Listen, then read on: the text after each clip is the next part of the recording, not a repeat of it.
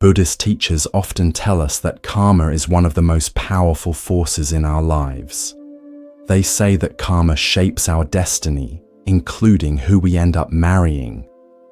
Although many people believe they marry because of love or attraction, Buddhist wisdom reveals that our marriages are actually determined by much deeper forces that most people never understand. In Buddhist teaching, it's said that not everyone who touches your heart will stay, and not everyone who stays belongs to your heart. Yet when two people decide to get married, it's never just a coincidence or an accident. In the unseen realm of karma, our choices aren't always made by our conscious mind.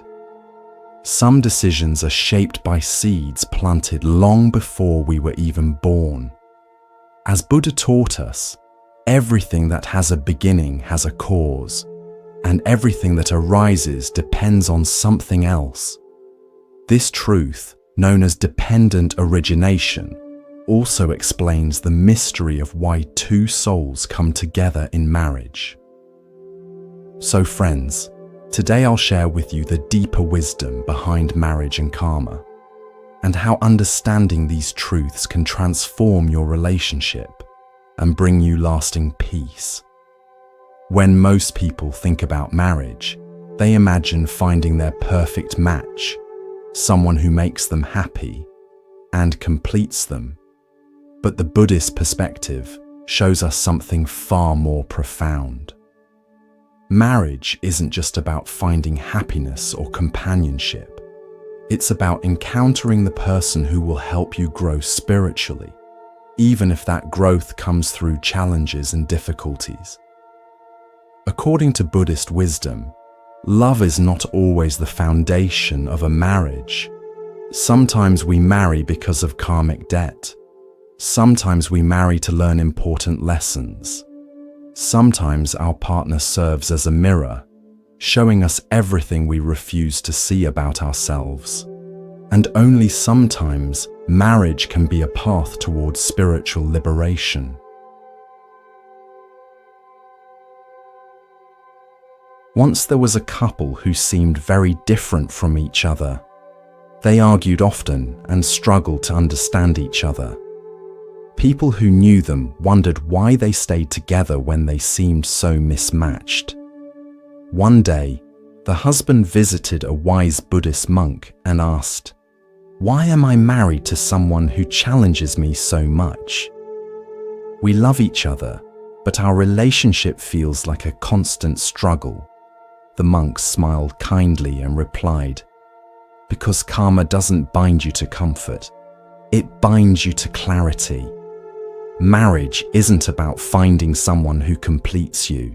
It's about meeting the soul who triggers your unfinished work." The man was surprised. He had always thought marriage should just make him happy. The monk continued, "Somewhere in this life or another, a seed was planted between you two. That seed grew into a pattern. That pattern needed a mirror to be seen clearly. That mirror appeared as your wife." In Buddhist teachings, karma isn't just about actions. It's also about the results of those actions. The experiences we go through are often the fruits of our previous intentions. The person you marry carries your unresolved karma, not to punish you, but to teach you important lessons. The stronger your connection with someone, the more significant the lesson they bring. You don't just marry a person, you marry your past with them. Have you ever wondered why you feel drawn to certain people, sometimes in ways that don't make logical sense? Long before marriage vows are spoken, our hearts often feel pulled towards specific individuals, sometimes rationally, sometimes irrationally, sometimes even against our better judgment. Many think this is just love or chemistry, but Buddhist wisdom tells us it's actually something called karmic resonance. This resonance doesn't come from the present moment, but from echoes that originated long ago in previous lifetimes. I'll share a story that helps explain this concept. In a small town, a quiet woman found herself strongly attracted to a man who often made her cry more than smile. Her friends warned her against the relationship. Her mind knew it might be unwise, but her heart followed an invisible pull she couldn't explain. Eventually, she married him. As time passed, she endured betrayal, silence, and emotional coldness in the relationship. She constantly wondered why love felt more like a wound than warmth and comfort. One day, searching for answers, she visited a temple. The old caretaker listened to her story and then said something profound. What you call attraction was actually recognition, not of the soul's beauty, but of its burden. You recognized someone who owed you a debt of pain, and the universe gave you front row seats to its repayment. Confused and hurting, she asked, "Does this mean I'm just meant to suffer?" The caretaker replied wisely, "No, you're meant to awaken. You aren't suffering because of him. You're suffering because of the attachment your karma still holds. The moment you learn the lesson, the pain transforms into freedom." This teaches us that attraction often serves as the doorway to karma's lessons.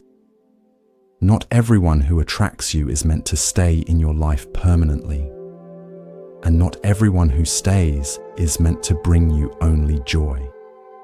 Some people enter our lives specifically to remind us of patterns still governing our inner world that need healing.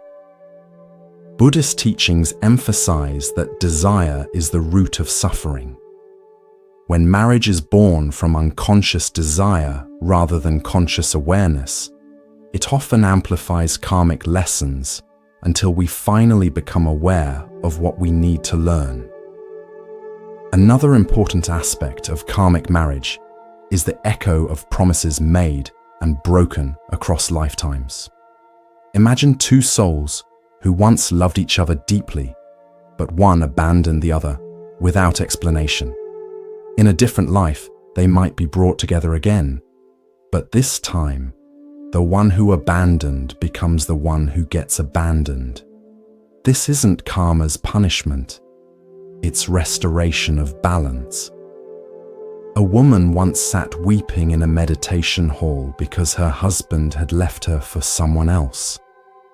Her heart was shattered by this betrayal.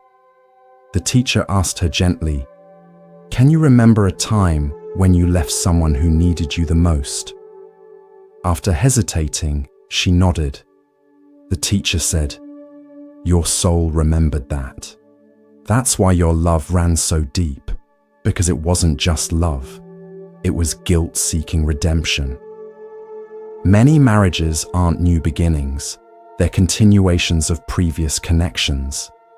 Buddhist wisdom teaches about samsara, the cycle of birth and rebirth, which applies not only to bodies, but also to emotions, desires, and karmic debts. If a promise made in one life is broken, it seeks fulfillment in another. Marriage is often karma's sacred attempt to restore balance to these broken vows. Have you noticed how some people seem perfect for each other in many ways, yet their relationship is filled with conflict? They might share beautiful moments together, but their marriage becomes a battlefield despite seeming like an ideal match to everyone else. It feels like trying to hold water with open fingers, impossible to maintain no matter how hard they try. A man once asked a Zen master during a quiet retreat, "We love each other deeply, but we fight every day. Should I leave this relationship?" The master replied with surprising insight, "Your souls met too early. She's still becoming the person who will understand you, and you're still shedding the person who cannot accept her. You met in love, but not in readiness. This reveals another dimension of karma in marriage: timing. Karma doesn't only decide who enters your life, it also determines when they enter. Two souls might be perfect for each other in essence, but if they meet at the wrong time in their spiritual evolution, harmony becomes difficult. From a Zen perspective, it's not enough just to meet the right person. Both individuals must be equally prepared, empty of ego and full of presence. In the deepest sense, marriage isn't primarily about companionship or emotional comfort. Its true purpose is spiritual reflection. A genuine spiritual partner isn't someone who simply agrees with you and makes you feel good about yourself. Rather, they help you see your shadows and areas that need growth. True partners don't just soothe your wounds, they reveal them so they can be healed. A monk once shared this parable with his students. A candle married the wind. The wind asked, "Will you love me even when I blow you out?" The candle replied, "Yes, for only in darkness will I know the strength of my own flame." The monk then explained, "This is the essence of karmic marriage. You don't marry someone to complete you. You marry them so you may recognize your own completeness through joy, yes, but often through friction and challenges." From the Buddhist perspective, everything is impermanent, including relationships. But what you gain through a relationship can be eternal if it awakens wisdom within you. The highest purpose of marriage isn't comfort, but consciousness. The right partner in karma isn't who makes you comfortable, it's who makes you conscious of your true nature. Some people believe that a marriage that ends has failed, but Buddhist wisdom shows us that some marriages aren't meant to last forever. They're meant to last exactly as long as needed for the karma to complete its course. Staying together beyond that point doesn't lead to growth, but to stagnation for both people. A divorced woman once visited a Zen garden and confessed to the teacher there, "I stayed in my marriage even after I felt dead inside." Was that noble? The old teacher whispered. That was attachment wearing a mask of loyalty. As she wept, he placed a lotus flower in her hand and said, "The lotus doesn't bloom in clear water, it blooms in mud. Your marriage was the mud, your healing is the bloom." Buddhism teaches that letting go isn't failure, it's freedom when the time is right. When the karma of a marriage has fulfilled its purpose, staying attached only creates unnecessary suffering. A wise person recognizes when something has reached its natural conclusion and accepts it with gratitude rather than bitterness. The experience, however painful, has served its purpose in your soul's journey. Deep meditation sometimes allows people to glimpse previous lives, not as fantasy, but as fragments of memory. Many who experience this discover they're inexplicably drawn to certain individuals, only to realize these people once played important roles in their past lives. A young woman once asked during a Buddhist teaching, "Why do I feel like I've known my husband forever, even though we just met 2 years ago?" The teacher responded simply, "Because your soul did know him. Your choice was made before this birth. What you feel isn't nostalgia, it's remembrance. Marriage, in its deeper truth, isn't arranged by logic or physical attraction alone. It's arranged by karma. What seems like coincidence is often continuity across lifetimes. You marry who you marry because your soul recognized a task to complete a bond to honor, a lesson to master, or a mirror to face. Buddhist teachers tell us that marriage isn't the ultimate goal of life, it's a doorway. Some couples walk through this doorway hand in hand toward enlightenment. Others need to part ways once their lessons together are complete. But either path, when walked with awareness, leads to freedom. A monk once said in his final teaching, "The goal of marriage isn't to make the other person stay forever. It's to become the kind of person who no longer clings." Marriage isn't sacred because of its form or duration. It's sacred because of the opportunity it provides for spiritual awakening. Zen and Buddhist thought don't idolize marriage as life's ultimate purpose. Instead, marriage is seen as one of many vehicles that can transport us toward enlightenment. What matters isn't whether the marriage lasts until death, but whether it awakens us to our true nature. The karma of marriage, when approached consciously, leads to liberation. When approached unconsciously, it leads to repetition of the same patterns life after life.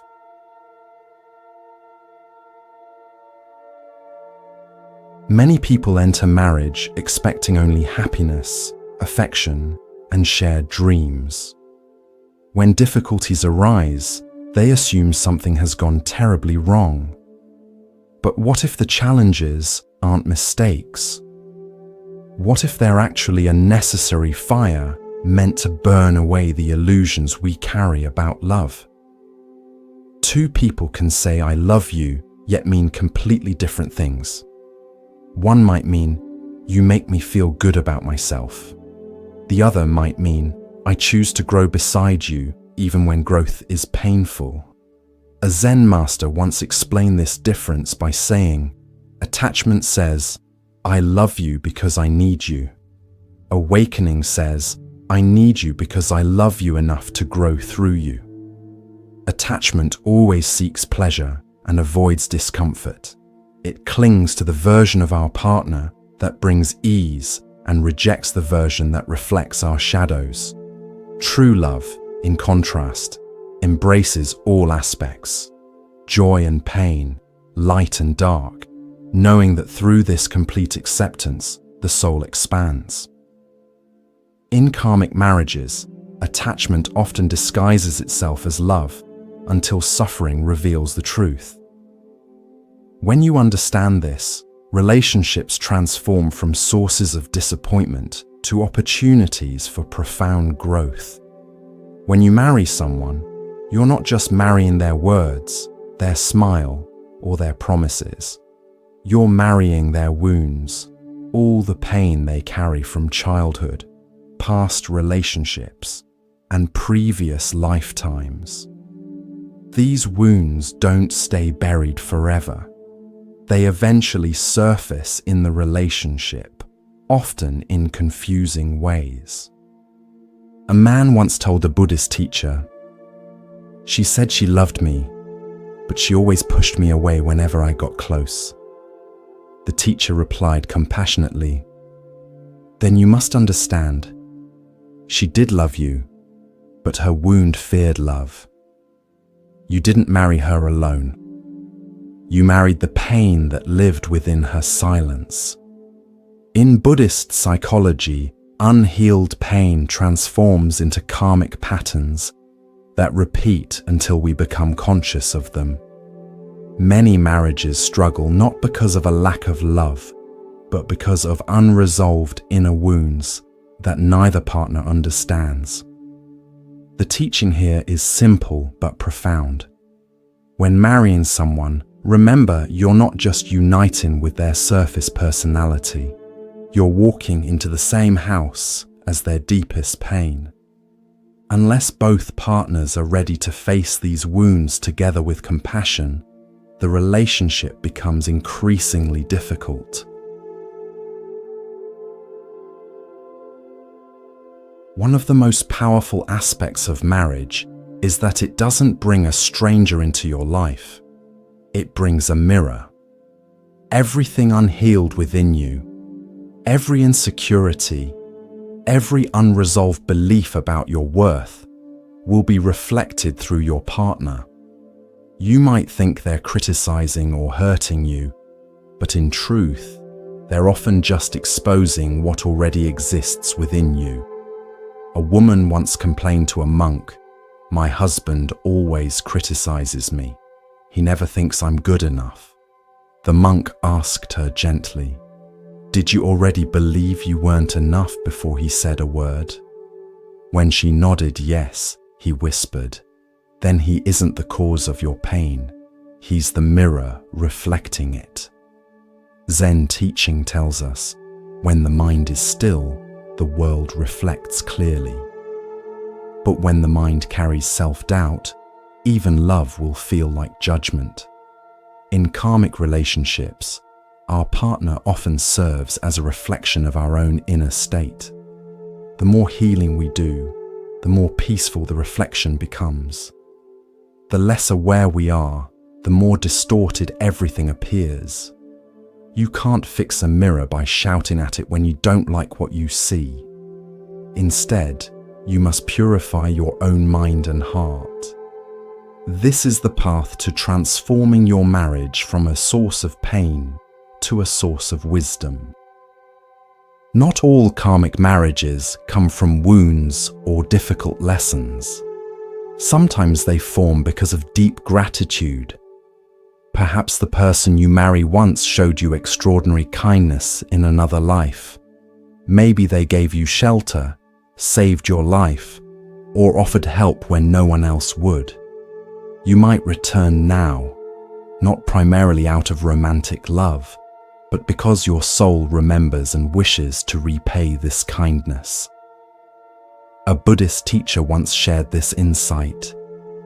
If you observe someone who stays in a marriage without romantic love but cannot leave, watch closely. It may not be fear or obligation that binds them. It may be an invisible gratitude that the soul cannot ignore. Gratitude in the karmic field is extremely powerful. One act of genuine kindness planted in a past life can blossom into a bond in this one. While some people in such marriages feel trapped, the enlightened view is to recognize the gift being repaid. Completion doesn't come through endurance or guilt, but through conscious appreciation. Once the debt is honored with awareness and love, the soul becomes free to move forward. When two highly conscious souls come together in marriage, something extraordinary happens. Their union becomes a path not of emotional drama, but of spiritual expansion. A master once told his students, "When two souls marry not to fill each other's emptiness, but to serve the world together, karma bows in reverence." Such marriages aren't focused on what one person gets from the other, but on what they build together to benefit others. These are rare and deeply transformative relationships. In Buddhist practice, Dharma means truth, path, or mission. Some marriages are Dharma marriages. They aren't based on personal gain, but on shared spiritual purpose. These couples don't have dramatic emotional stories of passion and conflict. Instead, their bond feels like a calm, steady fire, purposeful, pure, and consistent. These relationships don't just end karmic cycles. They actually uplift humanity through their example and service. Have you noticed how some people seem to attract the same type of partner over and over, even though each relationship ends in similar pain?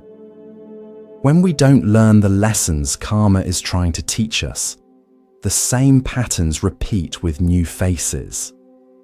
The partner's name may change, the appearance may be different, but the suffering remains the same until awareness finally breaks the pattern. A woman once approached a Zen nun in tears, asking, "Why do I always attract men who ignore me emotionally?" The nun replied with gentle wisdom, "Because your soul still hasn't learned to stop chasing silence and start embracing your own voice." Buddhist teachings emphasize that our external experiences are shaped by our internal realities. If someone continually meets partners who neglect, betray, or belittle them, it's not bad luck or fate. It's a repeating pattern seeking resolution. The key isn't finding a new person, it's becoming a new presence within yourself. Marriage stops being painful when we stop being unconscious of these patterns. One of the most profound ways to end a karmic cycle is not by staying in a difficult relationship, but by walking away with love and compassion. When you forgive someone who cannot love you in a healthy way, you're not doing it for them. You're freeing yourself from what might be lifetimes of emotional imprisonment. A wise monk once said, "The most powerful act of love is not holding on. It's letting go with peace."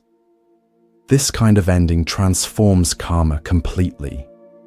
It signals to the universe that the lesson has been learned and the suffering no longer needs to repeat itself. Karma ends not through revenge, not through continued suffering, but through genuine understanding and forgiveness. When one person forgives completely, the soul breaks the karmic chain. This allows future relationships to be born in clarity rather than confusion. Forgiveness is often the final and most important lesson in the karma of marriage. It's the gateway to liberation. Friends, who you marry is never random or accidental. It's a profound reflection of your karma, your internal state, and your soul's journey toward awakening. Marriage is one of the most powerful spiritual mirrors life offers us. It reveals how much love, pain, growth potential, and illusion we carry within. Some marriages last a lifetime, while others last just long enough to teach a specific lesson. But all marriages, whether karmic or conscious, hold an important message for your spiritual growth. When two souls meet in marriage, they aren't beginning something new. They're remembering what remained unfinished between them. Let me share some key points we've discussed about the karma of marriage. First, karma leads the soul, not the logical mind. You marry who you do because of past energy, whether that's love, debt, wounds, or gratitude. Second, your marriage always reflects your inner state. Your partner serves as a mirror, not just a companion. Third, lessons often come before peace. Growth is frequently preceded by friction and challenges. Fourth, letting go can be sacred. Some unions end not because they failed, but because they completed their purpose. Fifth, you can change your karmic patterns by becoming conscious, loving, forgiving, and emotionally free. When you do this, you stop attracting pain and start drawing peace into your life. And sixth, marriage itself is not the ultimate goal. Awakening is. Whether your bond lasts or eventually breaks, it's merely a vessel for the real journey, which is always inward.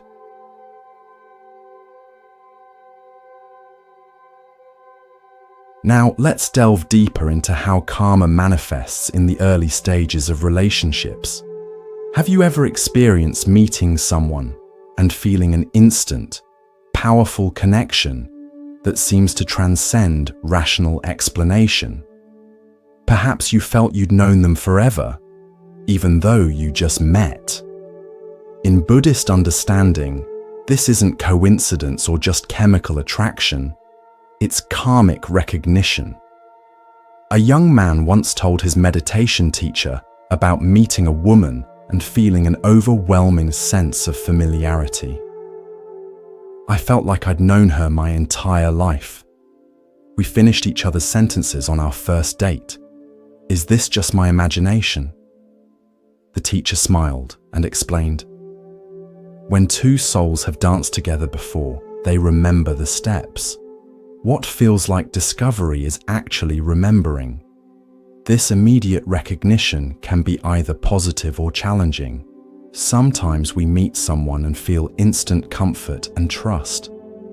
Other times, we meet someone and feel an inexplicable wariness or even fear, despite them showing no outward signs of danger. Both reactions can be karmic memories surfacing. Your soul remembering either safety or harm from previous encounters. In the Buddhist view, these strong initial reactions are important messages. They're not random emotions, but signposts, pointing toward karmic work that needs attention. The person who triggers intense feelings, whether positive or negative, is often someone with whom you have unfinished business from other lifetimes. Do you ever wonder why some marriages feel effortless while others require constant work? From a karmic perspective, marriages generally fall into three categories: those based on past harmony, those based on unresolved conflict, and those based on karmic debt. Marriages based on past harmony occur when two souls shared positive experiences in previous lives and return to continue their joyful connection. These relationships often feel natural and easy. There's an underlying trust and comfort that doesn't need to be built from scratch. Challenges still arise, but they don't shake the foundation because the karmic bond is already strong and positive. A Buddhist teacher once explained, "These souls aren't learning to love each other. They're remembering how they already did. Their work now is to avoid taking this connection for granted and to use their harmony to serve others." Marriages based on unresolved conflict bring together souls who experience discord or harm in past connections. These relationships often feel intensely passionate but turbulent. The attraction is strong, but so are the challenges. Arguments tend to follow familiar patterns and trigger deep emotional wounds that seem disproportionate to the current situation. The purpose of these marriages isn't punishment, but resolution. Each difficult interaction offers a chance to respond differently than in the past, to choose understanding instead of anger, compassion instead of resentment. When both partners approach their conflicts with awareness, these marriages can transform from battlegrounds to healing grounds. Marriages based on karmic debt occur when one soul owes something to another, perhaps for harm caused or for extraordinary kindness received. These relationships often feel like a strong pull that defies logic.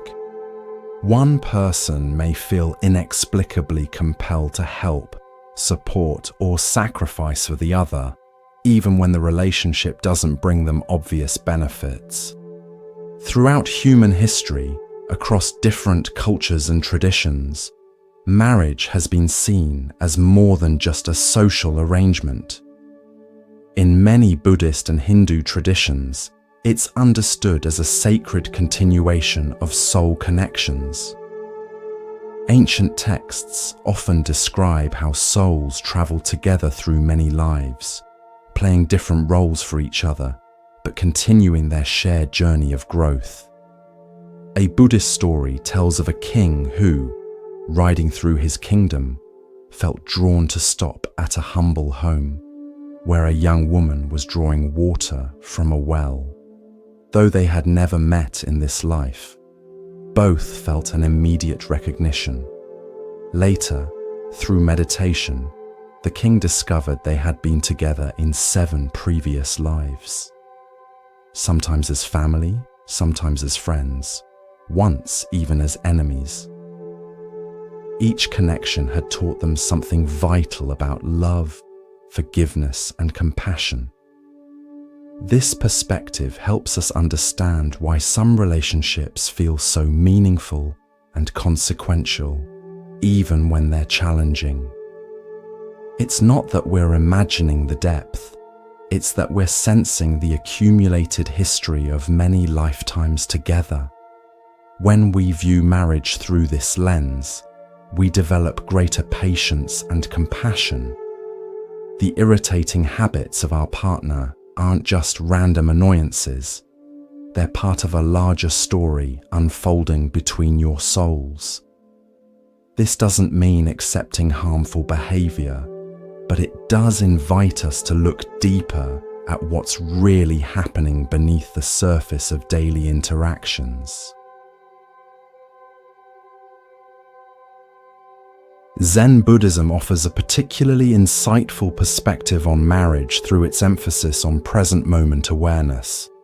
While karma connects to the past, Zen reminds us that awakening happens in the now.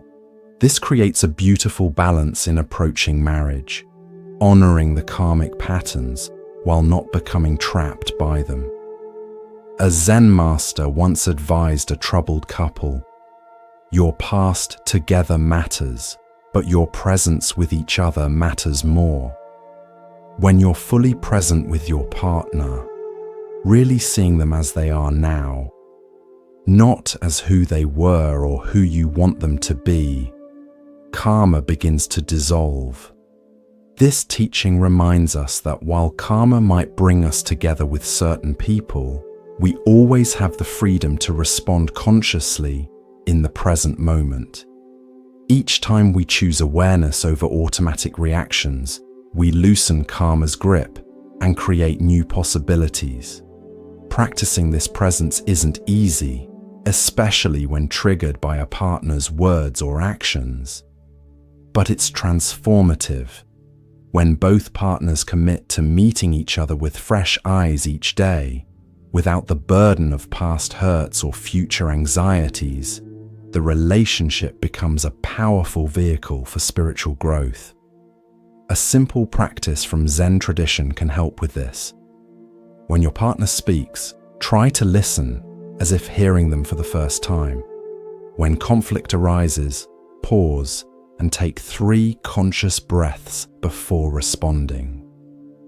These small acts of presence can gradually transform even the most challenging karmic relationships. Let's explore what happens when we resist the karmic lessons our marriage is trying to teach us. Many people, when facing difficulties in marriage, immediately look for ways to escape the discomfort through blame, distraction, affairs, substance use, or simply shutting down emotionally while physically remaining in the relationship. A woman once came to a Buddhist monastery garden, distraught about her marriage. "I've tried everything to make my husband change his hurtful behavior," she said. The elderly monk tending the garden looked up and replied, "When you plant rice, you get rice. When you plant beans, you get beans. What seeds have you planted in this relationship?" Confused, she asked what he meant. "Every thought, word, and action is a seed," he explained. "If you've planted seeds of trying to change him, you'll harvest resistance. If you've planted blame, you'll harvest defensiveness. What seeds could you plant instead?" This teaching reveals a profound truth. Resisting karmic lessons only embeds them more deeply. The more we fight against what our relationships are revealing about ourselves, the more persistent those patterns become. It's like struggling in quicksand. The more you fight, the faster you sink. The alternative is radical acceptance, not of harmful behavior, but of the reality of what is happening and what it's showing you about yourself. When we stop resisting and start witnessing our patterns with compassion, they begin to loosen their hold. This doesn't mean staying in harmful situations, but it does mean facing the truth they're revealing before making decisions. Across Buddhist traditions, there's an understanding that karmic marriage patterns follow certain stages. First comes recognition, that moment of seeing someone and feeling you know them somehow. Then attraction, the mysterious pull toward that person, despite any logical reasons not to connect. Then comes the honeymoon period, where karma is momentarily suspended as both people show their best selves. But inevitably, the karmic lesson phase begins. This is when the real work starts. The very qualities that attracted you now become sources of conflict. The mirror begins to reflect parts of yourself you'd rather not see. Many relationships end at this stage because people mistake it for a sign that the relationship is wrong, when actually it's working exactly as karma intended. If couples persist through this difficult stage with awareness, they reach the transformation phase. This is where real growth happens. Old patterns begin to dissolve as both partners choose new responses. The relationship shifts from a source of pain to a source of wisdom. Finally, there's the liberation phase. This doesn't always mean the relationship continues. Sometimes the karmic work completes and paths diverge. But whether together or apart, both people are freer than before, having released old patterns that would otherwise follow them into future relationships. A wise teacher once said, "The success of a karmic marriage isn't measured by its longevity, but by the freedom it eventually brings, whether that freedom is found together or apart."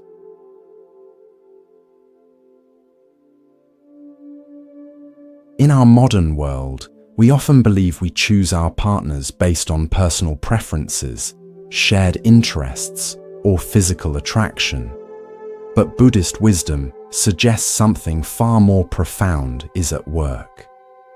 The ancient teachings tell us that our deepest attractions and aversions are never random. They're carefully orchestrated by karma to bring us exactly the experiences our souls need for growth. A Buddhist story tells of a princess who could have married any nobleman, but fell deeply in love with a simple gardener. Her family was shocked by her choice and tried to prevent the marriage. A wise monk observed the situation and told the king, "Your daughter isn't making a mistake. Her soul recognizes this man from many lifetimes of connection. There is learning here that her soul seeks, though her mind doesn't understand why." This perspective doesn't mean we lack free will in choosing our partners. Rather, it suggests that our will operates on multiple levels.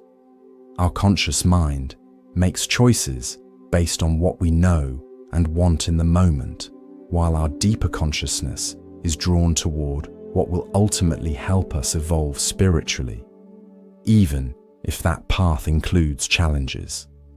Understanding this can transform how we view the seemingly irrational attractions we sometimes feel. Instead of judging ourselves for being drawn to someone who doesn't match our conscious idea of a suitable partner, we might ask, what is my soul trying to learn through this connection? If karma determines who we marry, does this mean we're destined to repeat painful patterns without choice? Absolutely not.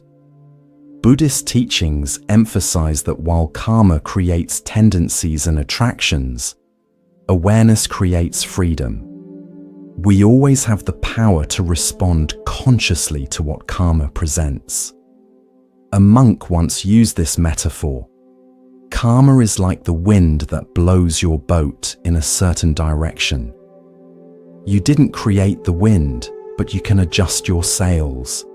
You can work with the wind rather than fighting against it, ultimately reaching a destination of your choosing.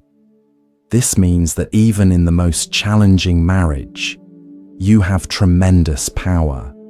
You can't control the karmic forces that brought you together or the wounds your partner carries, but you can control your response to them. Each conscious choice creates new karma, more positive patterns that gradually replace the old. A woman practiced this principle in her difficult marriage.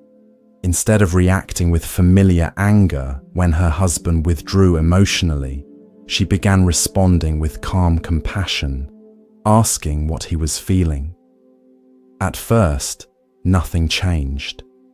But gradually, as she consistently chose new responses, their entire relationship dynamic shifted.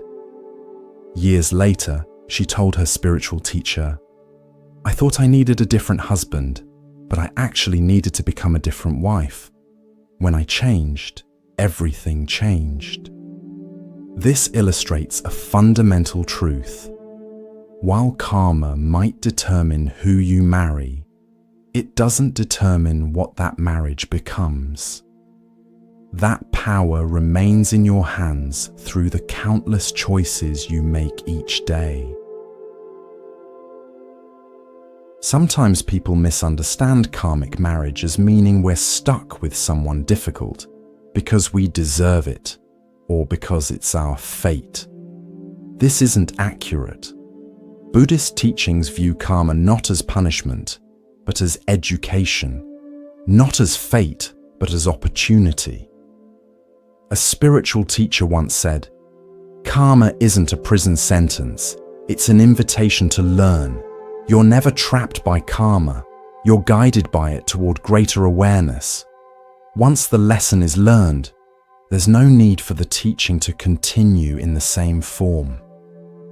This means there are generally three possibilities with karmic marriages: healing together, healing separately, or continuing the cycle. Healing together happens when both partners recognize their patterns and consciously work to transform them while remaining in the relationship. This is beautiful when possible, but requires commitment from both people. Healing separately occurs when one or both people need to end the relationship to continue their growth. This isn't failure. It's recognition that the karmic lesson has been completed or needs to continue in a different form. Many spiritual traditions acknowledge that sometimes the most compassionate choice is to release each other from patterns that no longer serve either person's highest good. Continuing the cycle happens when people remain together physically, but resist the growth their relationship offers. They keep repeating the same conflicts, blaming each other rather than looking inward. Unfortunately, if the lesson isn't learned in this relationship, similar patterns will likely appear in the next one. Buddhist wisdom offers practical guidance for those wanting to transform the karma in their marriage. First is the practice of mindful observation, watching your reactions without immediately acting on them. When triggered by your partner, can you pause and observe the emotions rising within you before responding? A couple once visited a monastery seeking help for their troubled marriage. The teacher gave them simple instruction. For 1 month, before responding to anything that upsets you about the other, silently count to 10 while focusing on your breath. This basic practice created space between trigger and response, allowing new choices to emerge where none seemed possible before. The second practice is self-inquiry. When strong emotions arise in your marriage, ask yourself, what part of me is being activated here? What old wound or fear is being touched? This shifts attention from blaming your partner to understanding yourself. A man realized through this practice that his extreme anger when his wife was late wasn't really about her tardiness. It connected to childhood experiences of feeling forgotten and unimportant when his parents failed to pick him up on time. This awareness didn't immediately solve the problem, but it changed his perspective completely. The third practice is compassionate communication.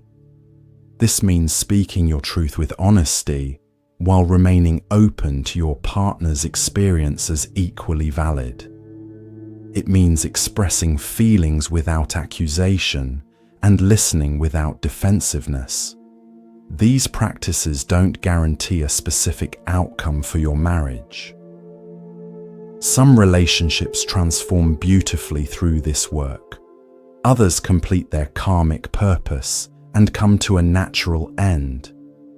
But either way, you'll carry less karmic baggage forward, creating space for more conscious connections in the future. When we discuss the karma of marriage, we must also acknowledge the special case of marriages that seem to transcend karma altogether.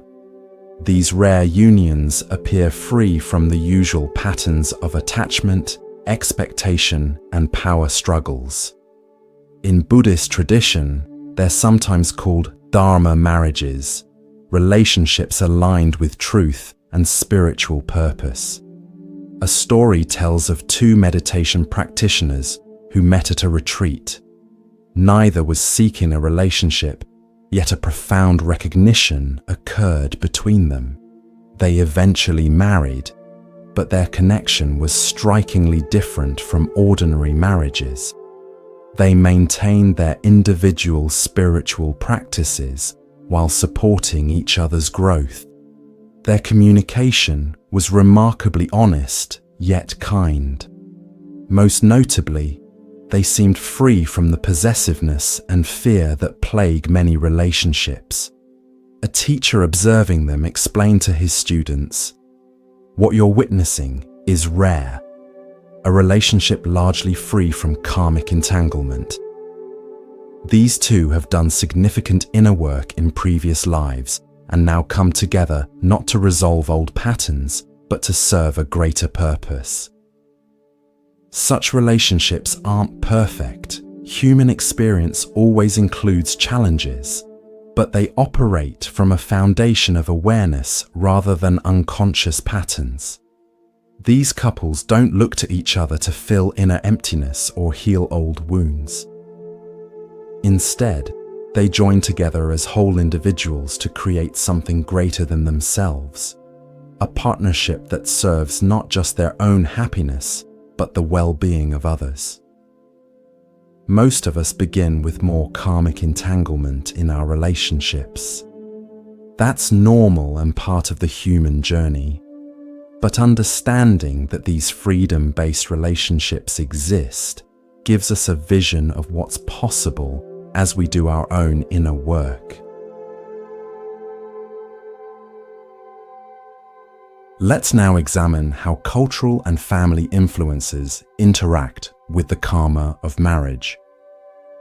While karma operates on an individual soul level, it also flows through families and cultural traditions. The patterns we observe in our parents' marriage often reappear in our own relationships, not just because of psychological modeling, but because of shared karmic patterns. A man once told his spiritual teacher, "I swore I would never be like my father, who was always critical of my mother.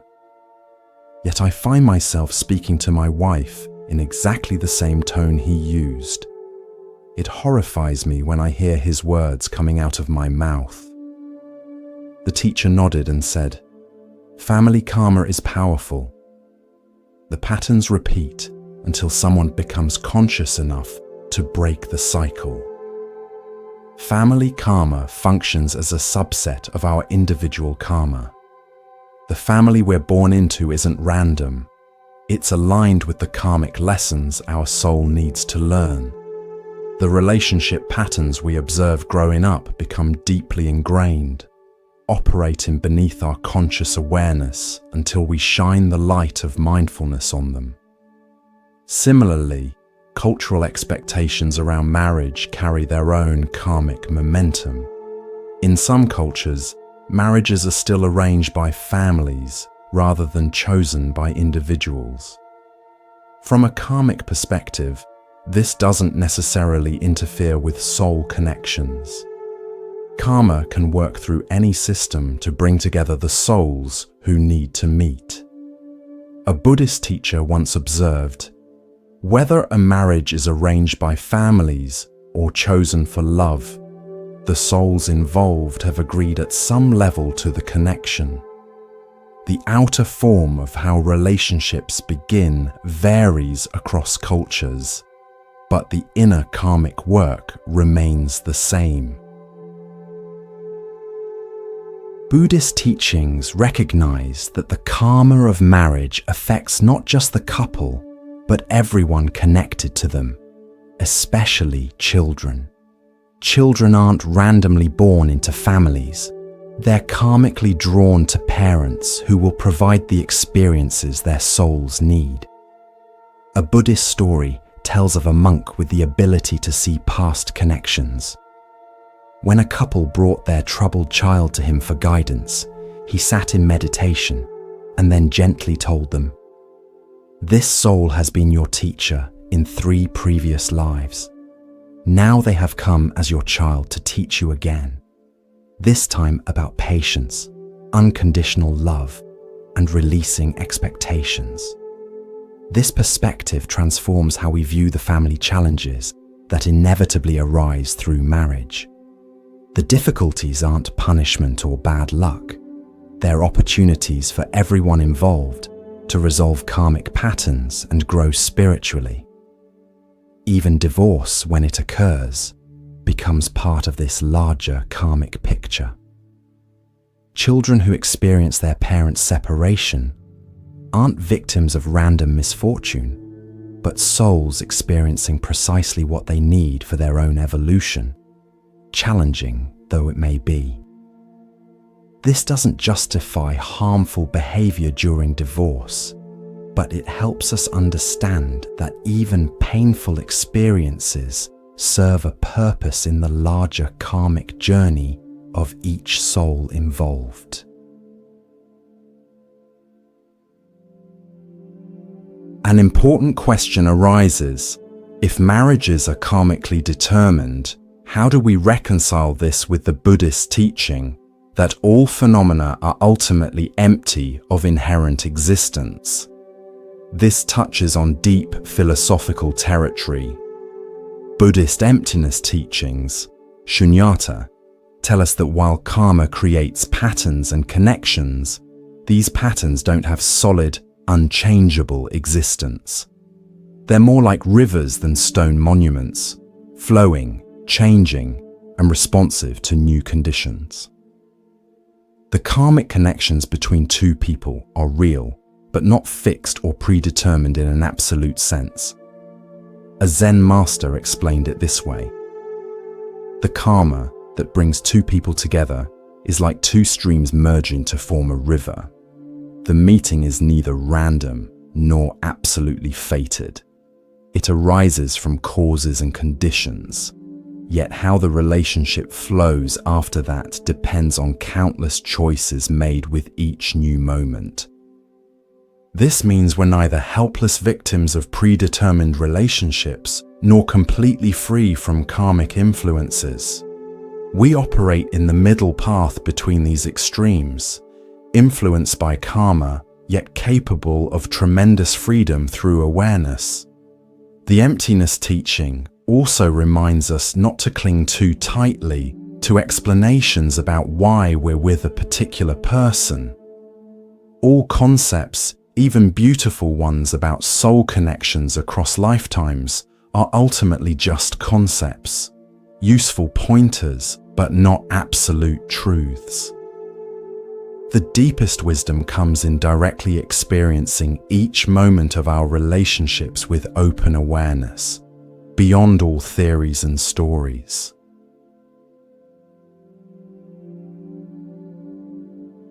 Let's consider how technology and modern dating are influencing the karma of marriage. Some wonder if dating apps and online matchmaking interfere with natural karmic connections. From a Buddhist perspective, karma works through all available channels, including digital ones. A Buddhist teacher in Silicon Valley was asked if technology disrupts karma. She smiled and replied, "Karma is far more powerful and pervasive than any human invention.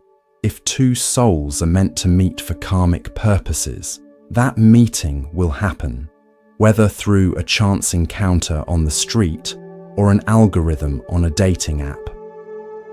This doesn't mean all technological approaches to finding partners are equally beneficial. Apps that emphasize superficial characteristics or encourage treating potential partners as disposable options can reinforce patterns of attachment and aversion rather than mindful connection. However, technology that helps people connect who might never otherwise meet can sometimes serve as a karmic facilitator. The key is bringing awareness to how we use these tools. Are we approaching potential partners with mindfulness and respect for the profound connection that might develop? Or are we operating on autopilot, swiping based on conditioned preferences? The technology itself is neutral. What matters is the consciousness we bring to it. A young woman shared her experience. "I was skeptical about dating apps, but decided to try one. The first person I connected with felt strangely familiar from our first conversation. We later discovered we had grown up just blocks from each other, but never met, had attended the same events without crossing paths. It felt like karma had been trying to bring us together for years and finally succeeded through this app." One of the most challenging aspects of karmic relationships is when we feel deeply connected to someone who doesn't seem to recognize the connection or who chooses not to pursue it. This one-sided karmic recognition can be extremely painful. A man once asked a meditation teacher why he felt such a powerful bond with someone who didn't return his feelings. The teacher explained, "Karmic recognition isn't always mutual, at least not in the same lifetime. Sometimes one soul remembers while the other isn't ready to remember yet. This doesn't mean the connection isn't real, but it may mean its fulfillment lies in a different time." This teaching offers comfort to those experiencing unrequited connections. The pain is real and deserves compassion, but understanding that souls work on different timelines can help release attachment to a particular outcome in this lifetime. Sometimes the karmic work needed isn't to form a relationship, but to learn to honor a connection while letting go of expectations about its form. A woman shared her experience with this difficult lesson. "For years, I believed this person was my soulmate, despite their unavailability. The pain was overwhelming until I realized my task wasn't to have them in my life as a partner, but to learn to love without possession or expectation. Once I embraced that lesson, the pain transformed into a strange kind of peace."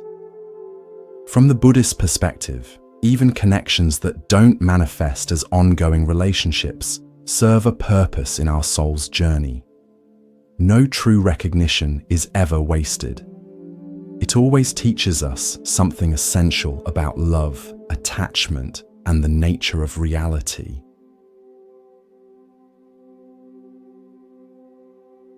Let's explore how sexual attraction relates to the karma of marriage. Physical attraction often serves as the initial pull bringing potential partners together. But Buddhist wisdom sees this as just the surface of deeper karmic currents. A teacher once explained, "Sexual attraction is like a hook that karma uses to bring two souls into proximity so their deeper work can begin. The attraction itself isn't the purpose. It's the doorway through which the real purpose enters." This explains why physical attraction alone doesn't create lasting happiness in relationships. Once it has served its purpose of bringing two people together, the deeper karmic patterns emerge, either for healing and growth or for continued unconscious repetition. In some cases, extraordinary physical chemistry indicates a powerful karmic bond, whether positive or challenging. The intensity of attraction often corresponds to the intensity of the karmic work waiting to be done. This doesn't mean passionate relationships are more meant to be than gentle ones. Different souls simply have different work to do together. A spiritual counselor observed, "The relationships with the most intense physical pull often involve the most intense karmic entanglement." This isn't good or bad. It simply indicates the magnitude of the energetic connection between two souls, which can either lead to profound healing or profound suffering, depending on the consciousness brought to it. Understanding this can help us approach physical attraction more wisely, neither dismissing its significance nor mistaking it for the entirety of what brings two people together. Like everything in Buddhism, it's about finding the middle path, honoring physical connection without becoming enslaved by it. Some people wonder if certain physical or personality traits in their partners are karmically significant. Why are we drawn to specific characteristics repeatedly? Buddhist wisdom suggests these patterns aren't random, but reflect karmic imprints from past experiences. A woman noticed she consistently felt attracted to men with deep voices. During meditation, she had a vivid memory-like experience of being lost in a forest as a child in what seemed like another lifetime, being found and comforted by someone with a similar voice. Her meditation teacher explained, "Our attractions often contain fragments of past experiences, either people who helped us or hurt us. The soul remembers even when the conscious mind doesn't." This applies to personality traits as well. Someone repeatedly attracted to highly intellectual partners might be working through karma related to valuing mind over heart. Someone consistently drawn to caretaker types might be addressing karma around dependency or nurturing. These patterns only become problematic when they're unconscious. When we bring awareness to our attractions, we can ask what these patterns are trying to teach us. Sometimes honoring the lesson means continuing to choose similar partners, but with greater consciousness. Other times it means deliberately choosing differently to break a karmic cycle that no longer serves our growth. A spiritual guide advised, "Pay attention when you feel that magnetic pull towards specific traits in others. Your soul is trying to show you something important about your journey, either a healing that needs to happen or a gift from the past that continues to bless you."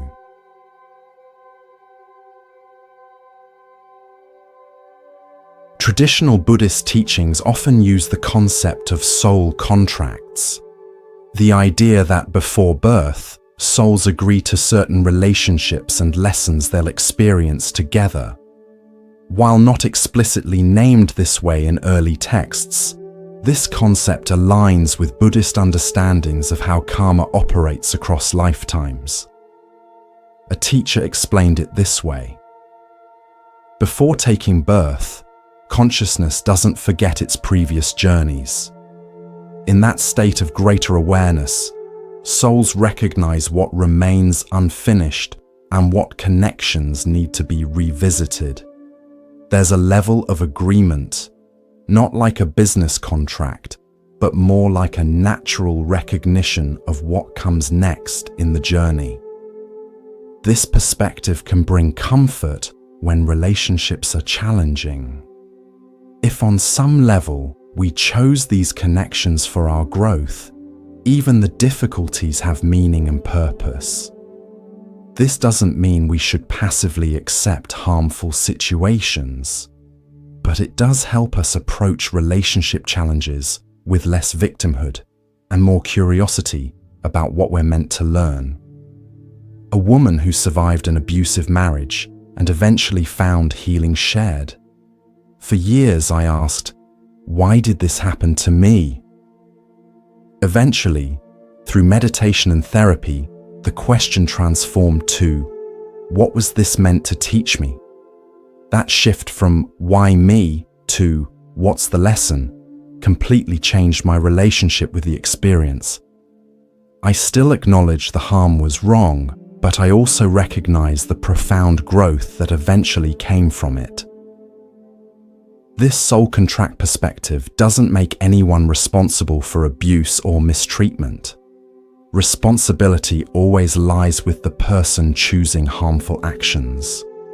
But it does suggest that even within painful experiences, there are opportunities for the soul's growth that we may have recognized before birth, even if that recognition is not available to our conscious mind now. Understanding the karma of marriage isn't about finding someone to blame for relationship difficulties or using spiritual concepts to justify staying in harmful situations. It's about bringing greater awareness to one of life's most powerful spiritual crucibles. Marriage, viewed through the lens of karma, becomes neither a romantic fantasy nor a mundane social arrangement, but a sacred opportunity for souls to heal, grow, and awaken together. When two people commit to this journey with open eyes and hearts, their relationship becomes a vehicle for both personal transformation and service to others. A wise monk once said, "The truest purpose of karmic marriage is to love each other into liberation, not attachment disguised as love, which creates bondage, but true love, which creates freedom."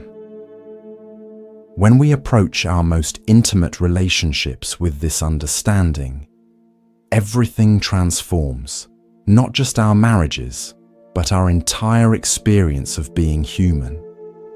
Whether you're currently married, single, divorced, or in any other relationship status, these teachings can illuminate your path. Every relationship you've ever had has served your soul's evolution. Every person who has touched your heart, whether for a moment or a lifetime, has been part of your karmic journey. As you continue listening, I invite you to reflect on your own relationships with compassion and curiosity. What patterns do you notice?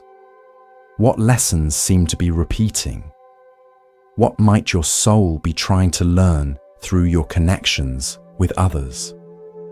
The answers to these questions contain profound wisdom that is uniquely yours to discover.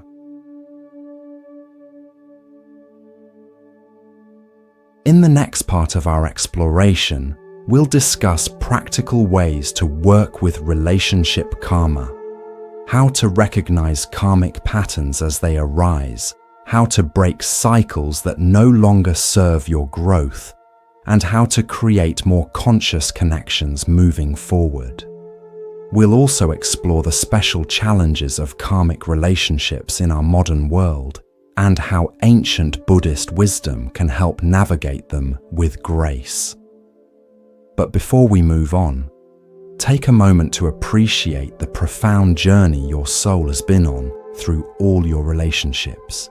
Each connection, each joy, each heartbreak has been part of a greater purpose, your awakening to your true nature. In the grand tapestry of karma, there are no mistakes, only opportunities for greater love and wisdom to emerge.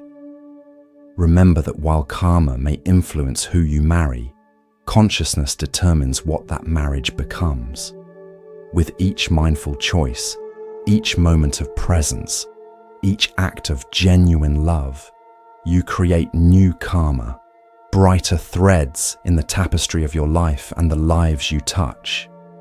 This is the true power and promise of understanding the karma of marriage.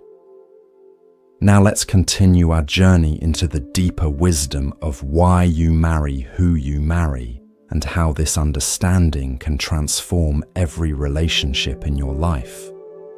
For many people, the question arises, if my marriage is based on karma, does this mean I have no free will in my relationships? This is a profound question that touches on the heart of Buddhist philosophy. Buddhist teachers explain that karma and free will are not opposing forces but exist together in a delicate dance. A wise meditation master once explained it this way: karma creates the circumstances and tendencies that shape who you're drawn to, but awareness creates the freedom to respond differently within those circumstances. It's like being born in a certain landscape. You didn't choose the terrain, but you choose how to walk through it. This means that while karmic forces may have brought you and your partner together, how you relate to each other from this moment forward is largely determined by your choices and level of consciousness. Every moment offers a new opportunity to either reinforce old patterns or create new ones. For example, if you find yourself repeatedly drawn into the same arguments with your spouse, karma may have created that pattern, but you always have the freedom to pause, breathe, and choose a different response than the one your conditioning pushes you toward. That moment of conscious choice is where free will and karma meet. A Buddhist teacher shared this perspective. The past may determine what challenges you face in your marriage, but it doesn't determine how you face them. That power always remains with you in the present moment. Now let's explore how to recognize when a marriage has fulfilled its karmic purpose. Many people stay in relationships long after the karmic learning has been completed, simply because they don't recognize the signs that it's time for completion. Buddhist wisdom teaches that there are several signs that the karmic work in a relationship might be complete. The first is a sense of completion, a deep knowing that what needed to be learned has been learned. The second is emotional neutrality, where feelings that were once intense, whether positive or negative, have transformed into a calm detachment. The third is mutual growth. Both people have evolved through the relationship and are ready for their next stage of development, whether together or apart. A monk once counseled a couple who had been through tremendous challenges together and had worked through them with consciousness and care. They wondered if they should remain married even though they'd grown in different directions. The monk said, "The purpose of a boat is to carry you across the river, not to be carried on your back once you've reached the shore. If this marriage has carried you both to new shores of awareness, honor that completion. Some journeys continue together, others were meant to diverge after certain lessons were learned. This doesn't mean we should abandon marriages at the first sign of having learned something or grown as a person. Many karmic relationships are meant to last a lifetime, with the learning and growing continuing throughout. The key is honest self-reflection about whether staying together serves the highest good and continued growth of both people. A wise teacher cautioned, "Don't mistake comfort for completion or discomfort for incompletion." Some relationships are meant to remain challenging because the soul still has work to do through that challenge. Others feel comfortable because the karmic work has been integrated, not because it's absent.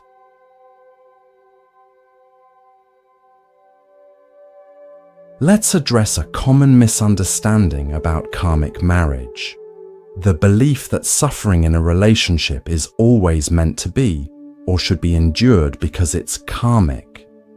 This is a dangerous distortion of Buddhist teachings. A respected Buddhist scholar once clarified, "Karma brings us the circumstances we need for learning, but it never demands that we remain in situations of abuse or serious harm." Sometimes the karmic lesson is precisely about setting boundaries, valuing yourself, or walking away from what diminishes your spirit. While all relationships include challenges, there's an important distinction between difficulties that promote growth and situations that destroy well-being. True karmic learning never requires ongoing abuse or deeply harmful treatment.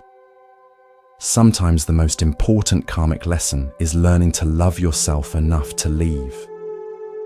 A woman who left an abusive marriage shared her story with a Buddhist nun. "I stayed for years believing it was my karma to suffer this way, that I deserved it or needed to endure it." The nun replied, "Karma doesn't work through punishment, but through teaching. If you've learned that you deserve respect and safety, then karma has done its work. Continuing to suffer teaches nothing new." This highlights a crucial aspect of karmic relationships. They're meant to evolve us, not diminish us. When a relationship consistently diminishes your spirit, health, or fundamental well-being over time, despite genuine efforts to bring consciousness to it, that's often a sign that the highest choice may be to end it, not endure it. Another important aspect of the karma of marriage is understanding how we can create new, more positive karma within our existing relationships. While we can't change the karma that brought us together, we can absolutely transform the energy between us moving forward.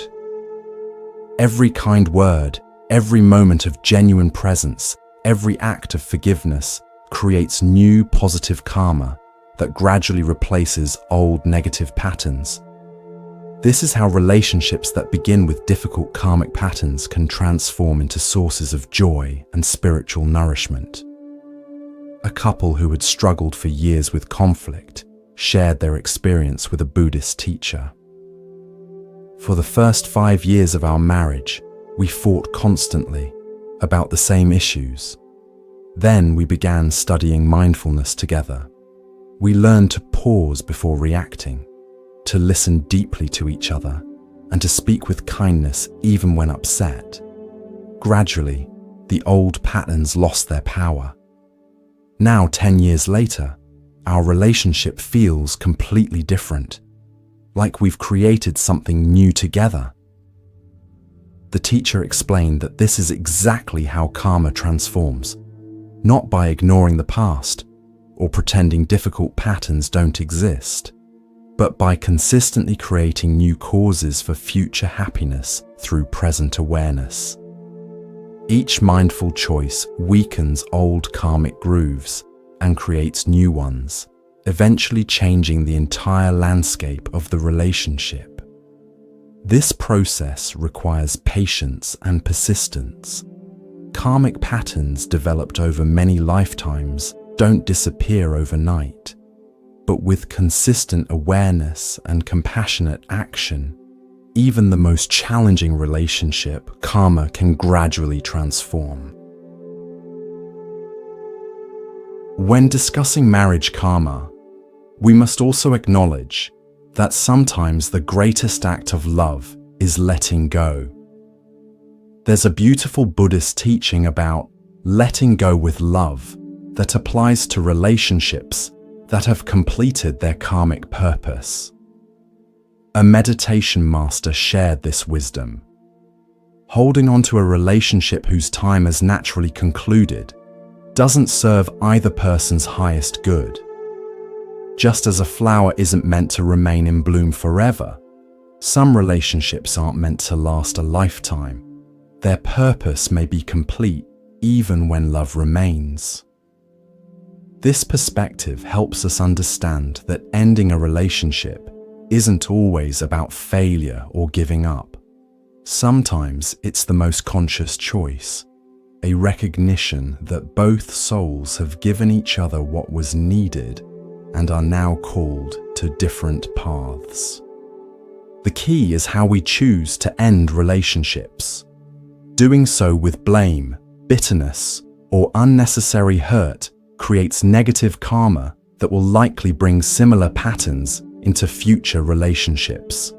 Ending with honesty, compassion, and gratitude completes the karmic cycle cleanly, allowing both people to move forward with the lessons integrated, but without carrying additional karmic baggage. A divorced couple demonstrated this when they performed a conscious completion ceremony with a Buddhist guide. They acknowledged the gifts they'd received from each other, expressed gratitude for what they'd learned, asked forgiveness for harms caused, and consciously released each other from any lingering resentments or attachments. Their guide observed, "This is how karma transforms.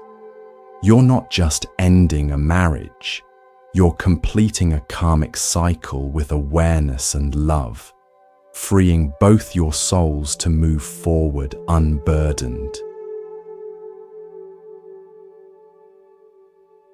Buddhist teachings emphasize that our outer relationships always reflect our inner relationship with ourselves. This means that healing the karma of marriage ultimately requires healing our relationship with our own being.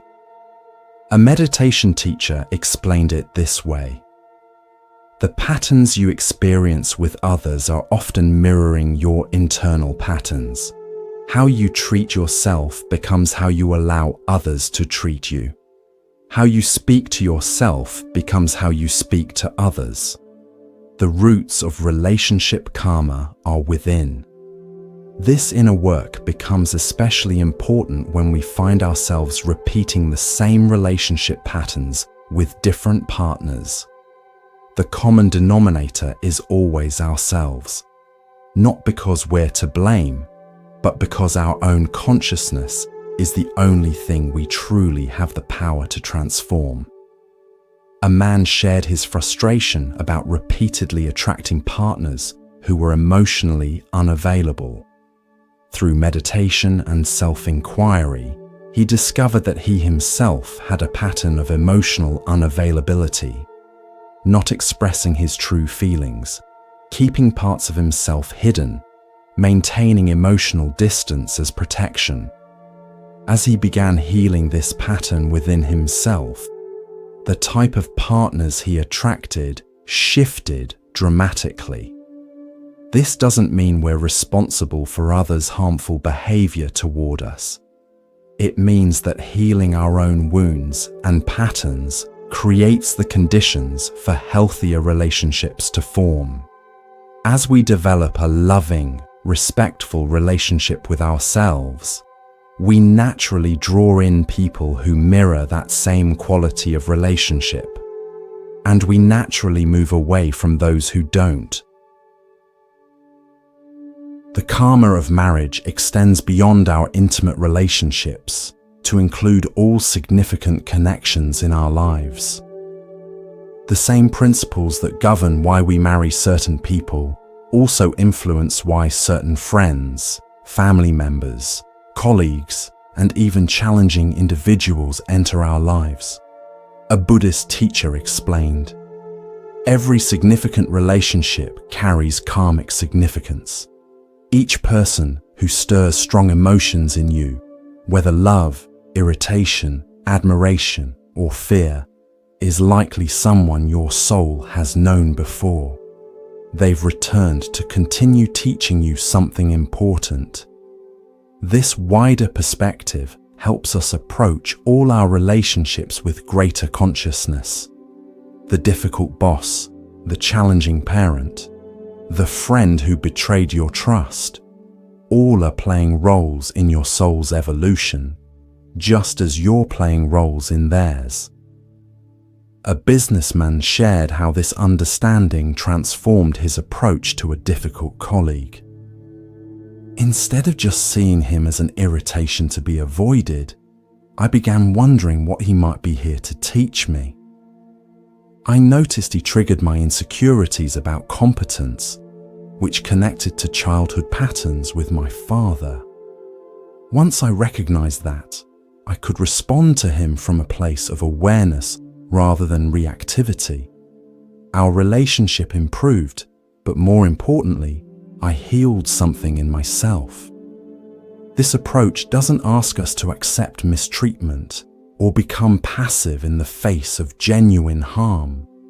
Rather, it invites us to look deeper at why certain people and situations affect us so strongly, recognizing the karmic patterns at play so we can respond with greater wisdom. Let's explore how children fit into the karma of marriage. Buddhist teachings suggest that the souls who come to us as children are not random. They're karmically connected to us, often from many previous lifetimes. A Tibetan Buddhist tradition holds that children may have been our parents, teachers, friends, or even enemies in past lives. Now they come in a new role to continue the dance of karma, to teach us, learn from us, challenge us, and love us in ways that further everyone's evolution. A mother of a challenging child consulted a Buddhist teacher in desperation. "Why is raising this child so difficult when my other children have been easier?" The teacher responded, "The souls that challenge us most often have the most to teach us. This child may have chosen you precisely because you have something important to learn from the challenge they present." This perspective helps parents approach difficulties with their children as opportunities for spiritual growth rather than just problems to solve. It also explains why parents often feel such different connections with each of their children. These are unique soul relationships with distinct karmic histories. The same principle applies to the relationship children have with their parents. The specific combination of strengths and weaknesses in our parents wasn't accidental. Our souls were drawn to the exact learning environment needed for our growth. This doesn't excuse parental harm or neglect, but it does help us understand the deeper purpose behind even difficult family dynamics. Many people wonder about the concept of a soulmate or twin flame and how these ideas relate to the karma of marriage. While these exact terms aren't traditional Buddhist concepts, they point to something Buddhism does recognize, that some soul connections carry particularly powerful karmic significance. A Buddhist teacher explained, "While all relationships have karmic dimensions, some connections do feel especially profound or familiar. like coming home rather than meeting someone new. These may be souls you've traveled with closely through many lifetimes, developing a deep resonance that's immediately recognized when you meet again. However, Buddhism cautions against romanticizing these connections or expecting them to be easier than other relationships. Often, our deepest karmic connections bring our most significant challenges precisely because there's so much shared history and unfinished business. A meditation guide shared this perspective. What many call a soulmate isn't necessarily someone who makes everything easy. Often it's someone who makes everything real, who reflects you so clearly that you can't hide from yourself, who triggers your deepest patterns so they can finally be healed. This understanding helps counterbalance popular notions that finding a soulmate means finding perfect compatibility or ease. From the Buddhist perspective, our most significant soul connections are those that foster our greatest growth, which often includes working through substantial challenges together. The karma of marriage also extends beyond this lifetime, with each relationship creating new karma that influences future connections. How we treat our partners today plants seeds for how we'll experience relationships in the future. A Buddhist teaching says, if you want to know your past, look at your present circumstances. If you want to know your future, look at your present actions. This applies powerfully to our intimate relationships. When we consistently bring patience, kindness, honesty, and presence to our marriage, we create positive relationship karma that will manifest in future connections, whether in this lifetime or beyond. Conversely, when we engage in deception, manipulation, cruelty, or consistent neglect, we create difficult relationship karma that will eventually need to be balanced. This teaching isn't meant to create fear or rigid moral adherence, but to remind us of the power of our choices. Every interaction with our partner is planting seeds for our future relationship experiences. This awareness can help us make more conscious choices, even in challenging moments. A couple who had worked through serious marital difficulties shared their realization. We understood that how we treated each other wasn't just about our current happiness. It was creating patterns that would follow our souls forward. This helped us approach our conflicts with more care and consciousness, thinking not just about immediate outcomes, but about the kind of karma we wanted to create together. Let's remember that these ancient teachings aren't meant to be abstract philosophy, but practical wisdom for living more conscious, loving lives. Understanding the karma of marriage gives us a wider perspective that can transform how we experience our most intimate relationships. When challenges arise, we can ask, what is this trying to teach me? What pattern might be complete in itself here? How can I respond in a way that creates positive karma moving forward? These questions shift us from reactivity to responsibility, from victimhood to empowerment. A Buddhist teacher offered this summary. The karma of why you marry who you marry isn't about limitation, but liberation. It's not telling you that you're stuck with certain patterns, but showing you why those patterns exist, so you can finally free yourself from them. When you understand the karmic dimensions of your relationships, you gain the power to transform them. This understanding doesn't diminish the very real human experiences of love, attraction, compatibility, and choice. Rather, it places these experiences within a larger context that gives them deeper meaning and purpose. Your marriage isn't just about personal happiness. It's part of your soul's journey toward awakening.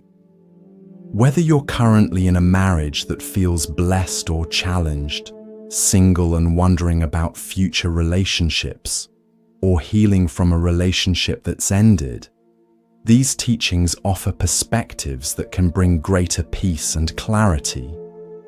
By understanding the karma of why we marry who we marry, we open ourselves to the profound spiritual opportunities our closest relationships provide. Now let's dive deeper into how we can work with the karma of marriage to create more conscious, loving relationships. Many of us experience the same relationship problems over and over again, either with the same partner or with different partners who somehow trigger similar reactions in us. Have you ever wondered why this happens? According to Buddhist wisdom, these repetitive patterns aren't coincidences or bad luck. They're karmic lessons that will continue to appear until we finally learn what they're trying to teach us. A monk once shared this insight with his students. The universe is a patient teacher. It will present the same lesson in different forms until you master it. Your recurring relationship challenges aren't punishments. They're the same exam being offered again and again until you pass it. This understanding gives us a completely different perspective on our relationship difficulties. Instead of seeing them as obstacles to happiness, we can recognize them as opportunities for profound spiritual growth. Every argument, every misunderstanding, every hurt feeling contains a hidden invitation to awaken. Let me share a story that illustrates this principle. There was once a woman who found herself repeatedly attracted to emotionally unavailable partners. Each relationship followed a similar pattern: initial interest and connection, followed by increasing distance from her partner, ending in heartbreak when she couldn't bridge the emotional gap between them. After her third painful breakup in this pattern, she visited a Buddhist monastery seeking guidance. The elderly teacher listened carefully to her story and then asked, "What was your relationship like with your father growing up?" Surprised by the question, she explained that her father, though physically present, had been emotionally distant throughout her childhood.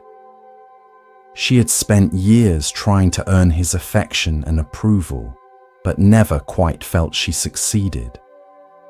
The teacher nodded and said, "When we have unhealed wounds from childhood, we often unconsciously seek out relationships that recreate those wounds, not because we want to suffer, but because the soul is always trying to return to unfinished business until it's complete." "But why would I keep choosing people who hurt me the same way?" she asked. "Because deep down, your soul is still trying to solve the original puzzle," the teacher explained. "You're not actually choosing partners who will hurt you. You're choosing partners who present you with the opportunity to finally heal the original wound. The problem isn't in the choosing. It's in what you do once the pattern emerges." This insight completely changed her approach to relationships. Instead of blaming her partners for their emotional unavailability or herself for choosing poorly, she began to see each relationship as an opportunity to heal her own expectations and attachment patterns that originated in childhood. This story highlights an important Buddhist teaching about the karma of marriage. We often marry people who trigger our deepest wounds, not because we're making mistakes, but because these are precisely the relationships our souls need for healing and growth. Many Buddhist teachers compare this process to how a pearl forms in an oyster. The oyster doesn't seek out the grain of sand that causes irritation, but once it's there, the oyster responds by creating something beautiful around it.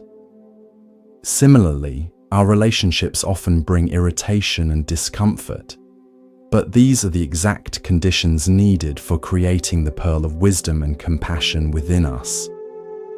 The key is how we respond to these triggers and patterns when they emerge.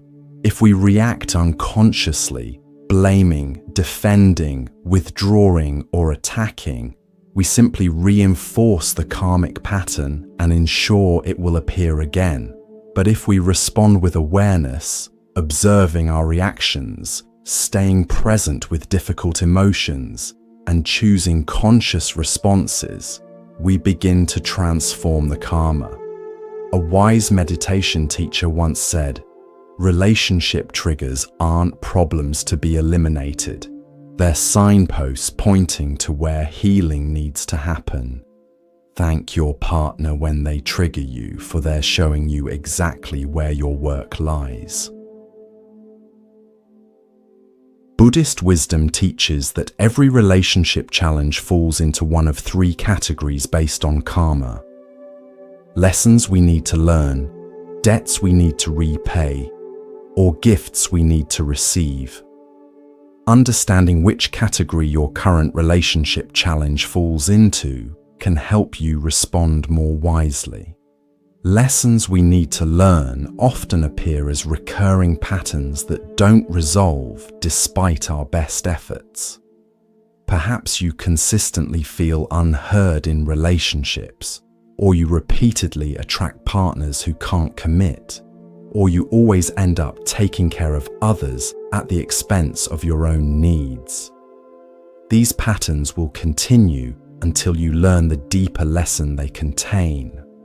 Often something about your own worth, boundaries, or authentic expression. A man once complained to his spiritual teacher, "Why do I always end up with partners who try to control me?" This has happened in 3 relationships now. The teacher replied, "The question isn't why they try to control you. The question is why you continue to allow it. What beliefs about yourself make this pattern possible? That's where your karmic lesson lies." Debts we need to repay show up as situations where we feel a strong sense of responsibility or obligation toward our partner, sometimes beyond what seems reasonable. Perhaps you feel you must stay in a difficult relationship, or you find yourself giving far more than you receive. These patterns often relate to karmic debts from past interactions where roles may have been reversed. A woman described feeling inexplicably responsible for her husband's happiness, despite his continued poor choices. Her meditation teacher suggested, "This sense of excessive responsibility often has roots in karmic debt. Perhaps in another life, he supported you through difficulties. Now you're balancing that energy by supporting him." But remember, true balancing of karma comes through consciousness, not sacrifice. You can honor the debt without diminishing yourself.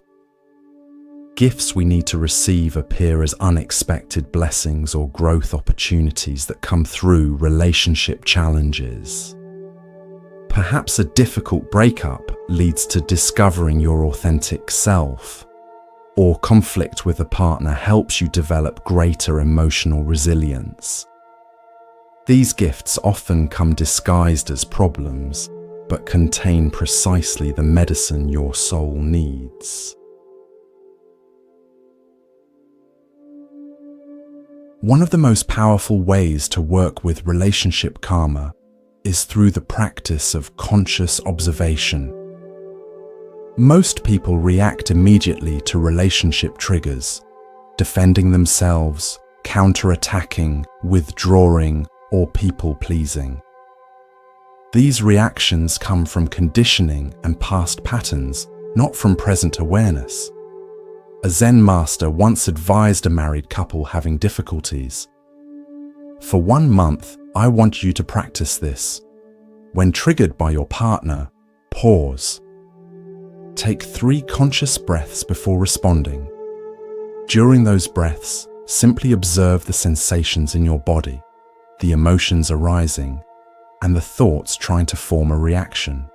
Then respond from that place of observation, rather than reaction. This simple practice can dramatically transform relationship dynamics because it creates space between trigger and response, space in which new choices become possible.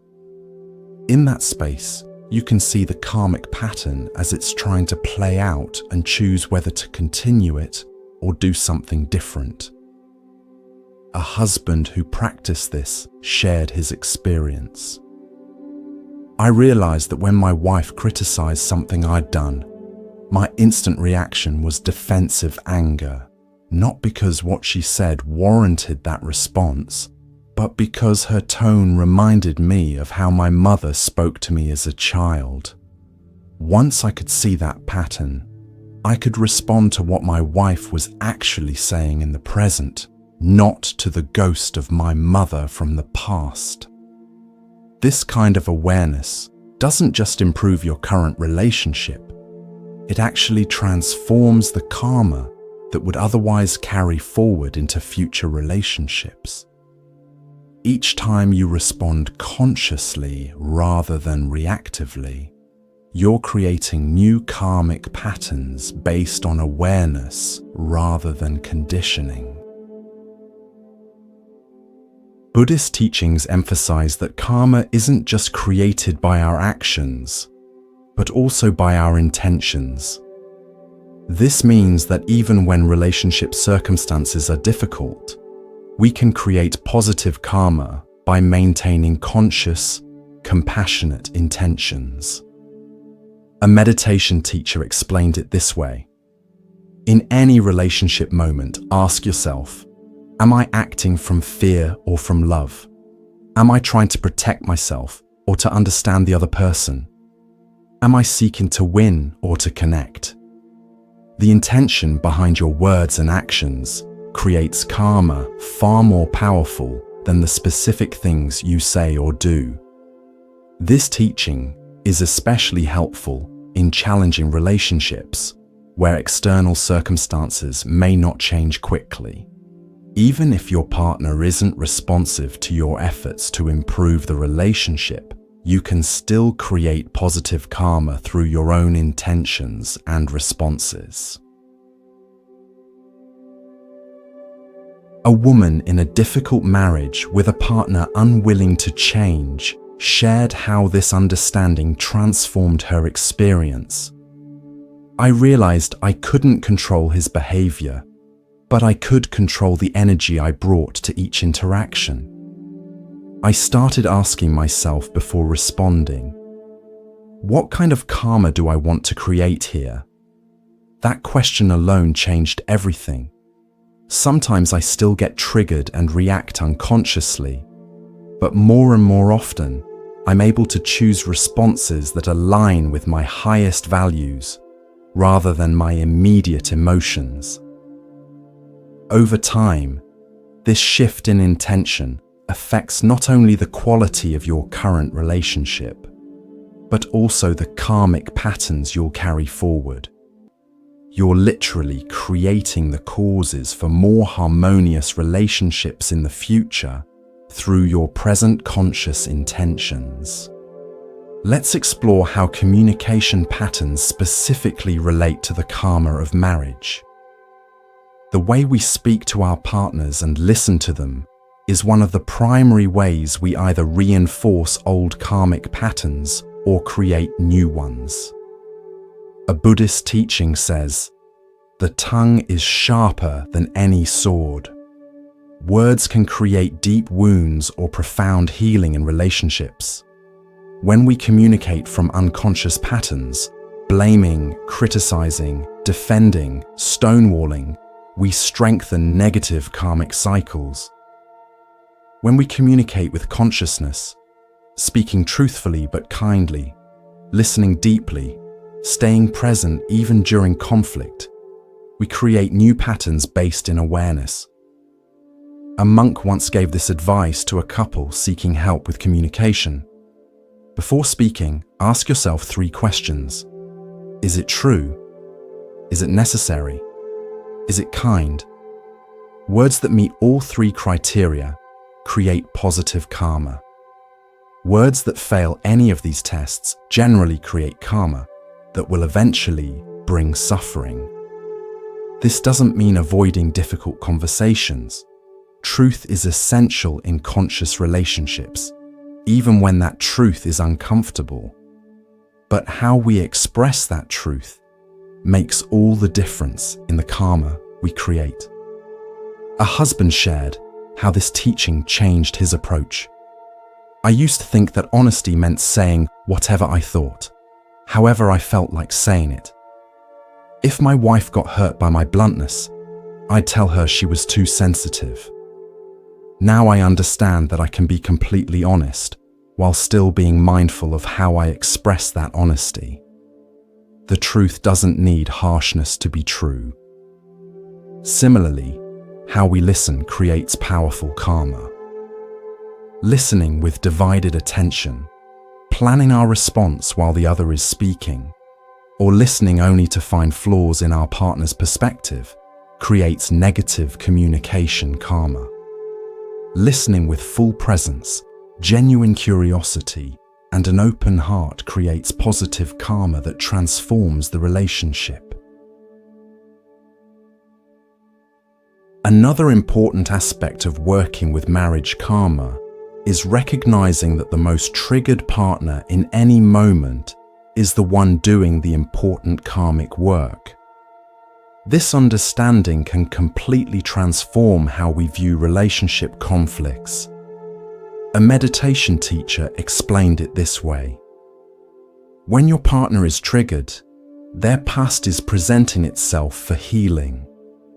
Rather than getting defensive or taking it personally, can you hold space for their process? And when you're the one triggered, can you recognize this as your karma surfacing for attention rather than something your partner is doing to you? This perspective shifts us from blame to compassion, from reaction to conscious response. We begin to see that strong emotional reactions are almost always connected to past wounds and conditioning, not just to present circumstances. A wife described how this understanding transformed her marriage. When my husband would get angry about something small, I used to get defensive and angry in return. Now I'm able to see that his reaction is rarely just about the present situation. It's about past wounds being touched. Instead of escalating the conflict, I can stay present and ask what's really happening for him. This doesn't mean I accept mistreatment, but I can set boundaries with understanding rather than counterattacking. This approach doesn't excuse harmful behavior, but offers a more effective way to address it. When we respond to our partner's triggers with presence rather than reactivity, we create space for real healing to occur, not just of the present conflict, but of the underlying karmic patterns. Buddhist teachings recognize that relationships exist in cycles and seasons, just like everything else in nature. Understanding these natural cycles can help us work more skillfully with the karma of marriage instead of expecting constant harmony or happiness. A wise teacher compared marriage to the changing seasons. Just as nature moves through spring, summer, fall, and winter, relationships have their own natural cycles of connection and distance, harmony and challenge, growth and consolidation. Many marriages struggle because people expect perpetual summer and become distressed when autumn or winter arrive. These relationship seasons aren't random, but often follow karmic patterns that need attention at different times. Spring represents new beginnings and fresh energy in the relationship. Summer is a time of growth, abundance, and joy. Autumn brings necessary letting go and assessment of what remains vital. Winter is a time of rest, going inward, and preparation for the next cycle of growth. A long-married couple shared how understanding these seasons transformed their relationship. We used to panic whenever we entered a winter phase where connection felt more distant. We'd think something was wrong with our marriage. Now we recognize this as a natural and necessary season. Instead of fighting against it, we use it as a time for individual reflection and renewal. We've found that spring always returns if we honor winter's purpose rather than resisting it. This cyclical view helps us work with relationship karma more patiently. Instead of expecting immediate resolution of difficulties, we recognize that karmic patterns often need time to reveal their full lessons. Just as a seed planted in spring doesn't bear fruit immediately, the conscious choices we make in our relationships may take time to fully transform karmic patterns.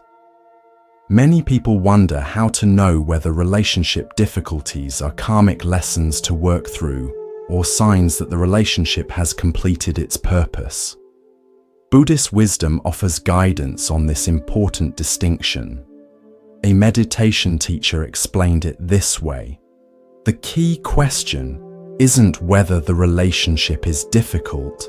Many karmically important relationships are challenging.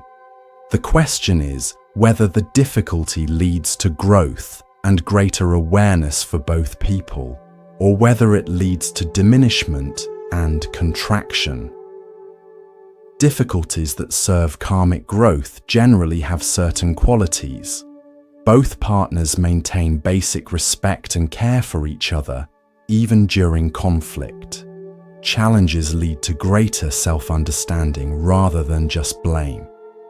There's a willingness on both sides to take responsibility for patterns, and over time, there's evidence of actual growth and positive change, even if progress isn't linear. In contrast, signs that a relationship may have completed its karmic purpose include patterns that remain completely stuck despite sincere efforts to change them, one or both people consistently feeling diminished rather than expanded by the relationship, loss of basic respect and compassion, or a deep inner knowing that continuing the relationship would require denying important truths or compromising essential values. A woman shared her experience with this discernment. For years, I thought my marriage difficulties were karmic lessons I needed to work through. I kept trying different approaches, getting help, and working on myself. But eventually, I realized that despite all this effort, the same destructive patterns continued, and I was becoming less of myself, not more. I finally understood that the karmic lesson wasn't to make this particular relationship work. It was to learn when to honor myself by letting go. This doesn't mean leaving relationships at the first sign of difficulty. Many of our most important karmic lessons come through working through challenges together. But it does mean being honest about whether the relationship is serving the spiritual growth of both people or becoming a place of stagnation and harm. Buddhist wisdom teaches that forgiveness is one of the most powerful practices for transforming relationship karma. Without forgiveness, we remain bound to past hurts and continue carrying those patterns forward, often unconsciously recreating them in current or future relationships. A monk explained it this way: forgiveness doesn't mean what happened was okay. It means you're no longer willing to carry the burden of resentment and pain. Unforgiveness is like drinking poison yourself and expecting the other person to die. You're the one who continues suffering. This is especially important in marriage, where small hurts can accumulate over time and create walls between partners. Each unprocessed hurt or resentment becomes part of the relationship karma, influencing how we see and respond to our partner in the present. A husband shared how practicing forgiveness transformed his marriage. I realized I was keeping a mental list of every mistake or hurt my wife had caused over 15 years. Whenever we argued, I'd mentally reference this list as evidence that she was the problem. A spiritual teacher suggested I try a forgiveness meditation, systematically releasing each of these past hurts. As I did this, I was shocked to discover how much lighter I felt and how differently I began to see my wife. I could suddenly see her good intentions and efforts in the present, instead of viewing everything through the filter of past disappointments. Forgiveness doesn't happen once and for all, but is an ongoing practice, especially in long-term relationships where new hurts inevitably occur. The key is not letting these hurts accumulate into karmic baggage that weighs down the relationship. By practicing timely, genuine forgiveness, we continuously clear the karma between us, allowing the relationship to evolve rather than getting stuck in old patterns. Another powerful practice for transforming marriage karma is cultivating genuine gratitude for your partner and the relationship, including gratitude for the challenges they bring. This shift in perspective can completely change the energy between two people. A Buddhist teacher advised a struggling couple, each night before sleep, silently name 3 things you appreciate about your partner from that day, including one challenge they presented that's helping you grow. Do this for 30 days without telling them you're doing it, and observe what changes. The couple was skeptical but agreed to try. After 30 days, they reported significant shifts in how they saw each other and interacted, even though neither knew the other was practicing gratitude. The husband explained, "When I started looking for things to appreciate, I began noticing positive qualities I'd been overlooking. And strangely, when I forced myself to find gratitude for the challenges my wife presented, I started seeing them as opportunities rather than problems." This practice works because it directly addresses one of the core mechanisms of karma, our perception. How we see our partner and the relationship literally creates our experience of them. When we focus on flaws, mistakes, and disappointments, we strengthen the karmic patterns associated with those perceptions. When we consciously direct our attention to qualities we appreciate and lessons we're learning, we begin creating new karmic patterns based on gratitude and growth. This doesn't mean ignoring genuine problems or pretending everything is perfect. Rather, it's about bringing balanced attention to the whole relationship, including its gifts and opportunities, instead of hyper-focusing on difficulties or shortcomings. Buddhist wisdom recognizes that intimacy and sexuality carry particularly powerful karma in relationships. These dimensions of marriage can either strengthen unconscious patterns or become opportunities for profound healing and spiritual connection. A teacher explained, "Physical intimacy amplifies whatever energy exists between two people. If there's resentment, power struggles, or emotional disconnection, Physical connection will reflect and sometimes intensify these dynamics. If there's presence, respect, and genuine care, physical connection becomes a powerful vehicle for deepening these qualities. Many couples find that unresolved karmic patterns show up clearly in their intimate life. Areas of emotional wounding or disconnection often manifest as challenges in physical connection. Conversely, bringing greater consciousness to physical intimacy can help heal emotional patterns. A couple shared how this understanding transformed their relationship. We began approaching physical intimacy as a meditation practice, staying present with sensations and emotions rather than getting lost in patterns or expectations. We discovered that tensions or disconnections that had been difficult to address through conversation often naturally resolved when we brought this quality of presence to our physical connection. This doesn't mean using physical intimacy to avoid addressing relationship issues. Rather, it's about recognizing that body, heart, and spirit are interconnected, and healing in one dimension can support healing in the others. By bringing greater awareness to physical connection, couples can sometimes address karmic patterns that have been resistant to verbal processing alone.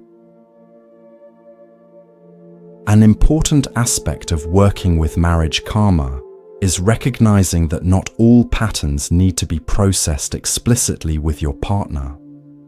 Sometimes the most powerful work happens within your own consciousness, especially when dealing with patterns your partner isn't ready or able to address consciously.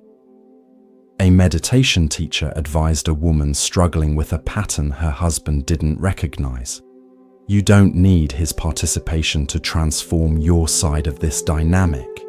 In fact, sometimes working silently within yourself creates more space for change than trying to get him to see the pattern or change with you. This inner work involves several steps. First, clearly identifying your role in the pattern without blaming yourself or your partner. Second, understanding the needs, fears, or beliefs driving your participation. Third, finding healthier ways to meet those needs or address those fears. And finally, consciously choosing new responses when the pattern arises. A wife described how this approach transformed a difficult dynamic. My husband would withdraw emotionally during conflict, which triggered intense anxiety and pursuit from me. He wasn't interested in discussing this pattern, seeing it as just how he was. I realized I couldn't change his withdrawal, but I could change my frantic pursuit, which was actually making his withdrawal worse. I began working with my abandonment fears in meditation and therapy, finding ways to self-soothe when triggered instead of desperately pursuing connection. As I changed my response, the entire dynamic gradually shifted, not because he consciously participated in changing it, but because my different response made his habitual withdrawal unnecessary. This example illustrates an important truth about relationship karma. Patterns are co-created and maintained by both people, which means changing your participation can transform the entire dynamic, even without your partner's conscious cooperation. This isn't about unilaterally fixing problems, but about recognizing your power to change systems by changing your part in them. Buddhist teachings recognize that our relationship with ourselves profoundly influences our capacity to transform relationship karma with others. Without self-compassion and self-awareness, we remain trapped in unconscious patterns that continue creating the same karmic outcomes. A monk advised a man struggling with anger in his marriage. Before you can truly transform how you relate to your wife, you must transform how you relate to yourself. How do you speak to yourself when you make mistakes? How do you treat your own vulnerability? The quality of compassion you show yourself becomes the template for the compassion you can offer others. This self-relationship includes how we relate to our own emotions, needs, and patterns. Many people are much harsher with themselves than they would ever be with others, creating an inner environment of criticism and judgment that inevitably affects how they relate to their partners. A woman shared her experience with this teaching. I realized I was constantly criticizing myself internally. Nothing I did was ever good enough. This internal criticism was leaking into my marriage as defensiveness and perfectionism. As I practiced greater kindness toward myself, allowing myself to be imperfect and human, I became much more accepting of my husband's humanity as well. Our entire relationship softened as my relationship with myself became more compassionate. This inner work isn't selfish, but essential for transforming relationship karma. By healing how we relate to ourselves, we create the conditions for healthier relationship patterns with others. This includes developing better boundaries, more authentic expression, and greater emotional resilience, all qualities that help us engage more consciously with relationship karma. While we focus primarily on the karma between romantic partners, Buddhist wisdom teaches that we're also influenced by the marriage karma of our parents and ancestors. The patterns we observed growing up become templates that powerfully shape our own relationships, unless we consciously transform them. A teacher explained, "You didn't just witness your parents' marriage as a child, you absorbed it at the cellular level. Their patterns of communication, conflict, affection, and power became your definition of what relationships are, often operating far beneath conscious awareness." This ancestral karma doesn't mean we're destined to repeat our parents' patterns, but it does explain why many people find themselves unconsciously recreating aspects of their parents' relationships, despite intentions to do things differently. A man shared his realization about this influence. "I always promised myself I'd never be as emotionally distant as my father was with my mother. Yet my wife constantly complained about exactly this, that I was emotionally unavailable. Through therapy and meditation, I discovered I had no models for male emotional openness. Despite my conscious intentions, I had no template for how to be different from my father. I had to consciously learn these skills as an adult." The good news is that by bringing awareness to these inherited patterns, we can begin to transform them, creating new templates not just for ourselves but potentially for future generations. This is powerfully motivating for many couples. The recognition that by doing their own karmic healing work, they're not only improving their current relationship, but also helping break intergenerational patterns that might otherwise continue through their children and beyond. Buddhist tradition offers specific meditation practices that can help transform relationship karma. These practices work directly with the mind's tendencies, gradually reshaping our perceptions and responses in ways that create new karmic patterns. One powerful practice is loving kindness meditation, which systematically cultivates good wishes for yourself and others, including your partner. By repeatedly directing thoughts of well-being toward yourself and your partner, you begin counteracting tendencies toward criticism, resentment, or indifference that may have become habitual. A couple who practiced this meditation daily shared their experience.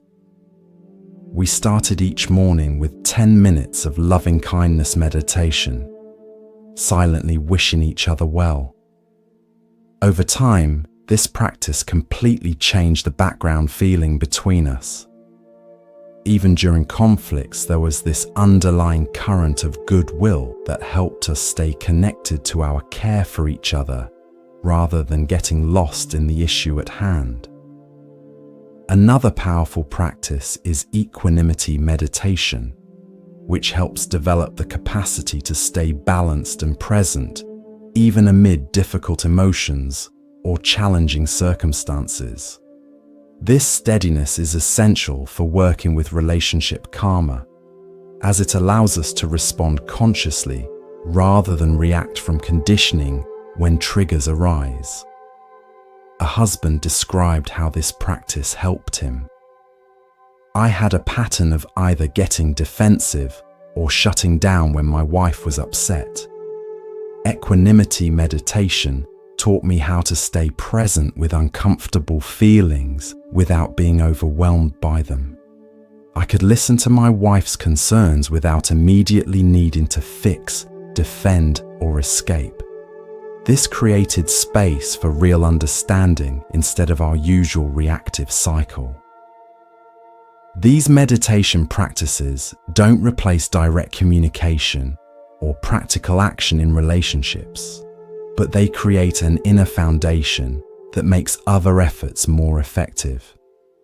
By gradually transforming our mental and emotional habits, they help create the conditions for new karmic patterns to emerge in the relationship.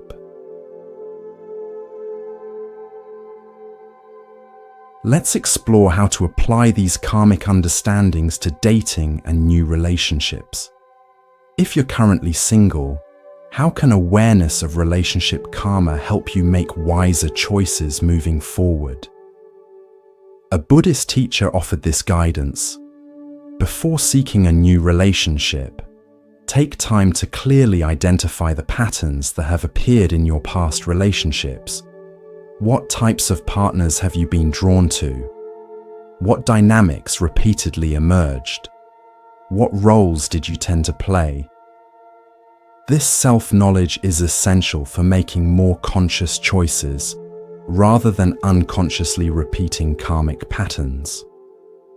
This reflection isn't about blaming yourself for past relationship difficulties, but about honestly recognizing your participation in recurring dynamics.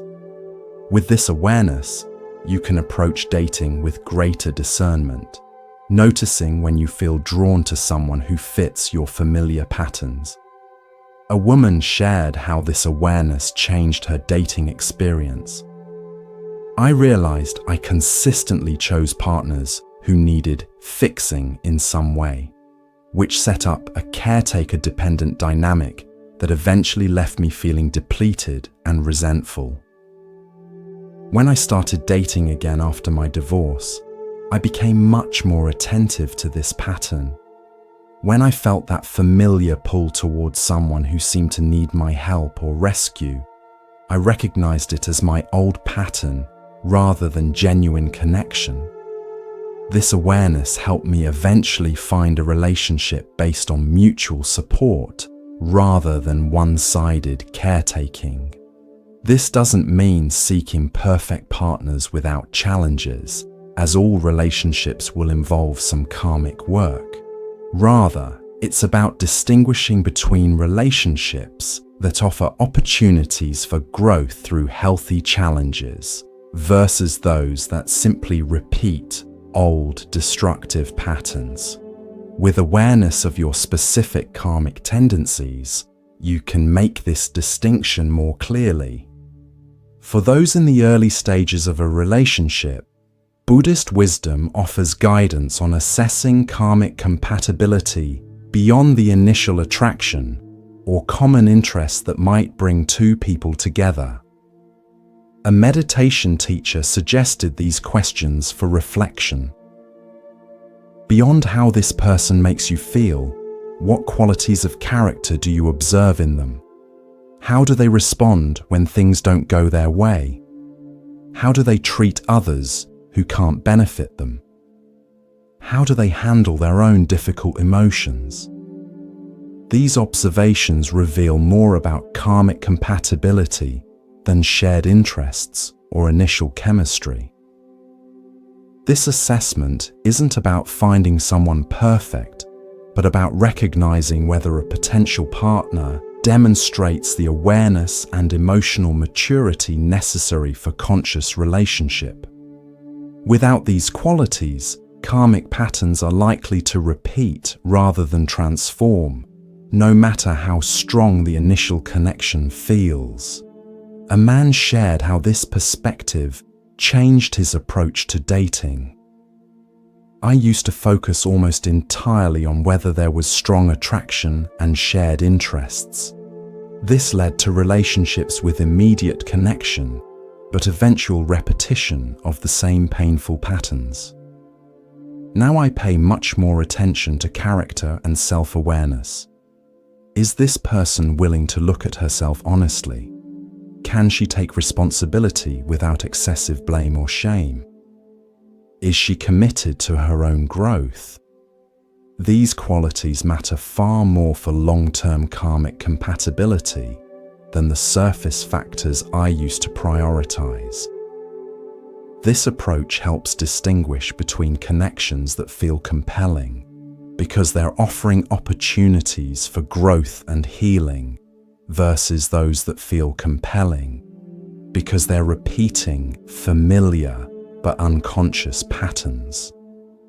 With this discernment, you can make choices that align with your highest intentions for relationship rather than being driven primarily by unconscious karmic pulls. Buddhist wisdom recognizes that some people may be called to periods of being single as part of their karmic journey.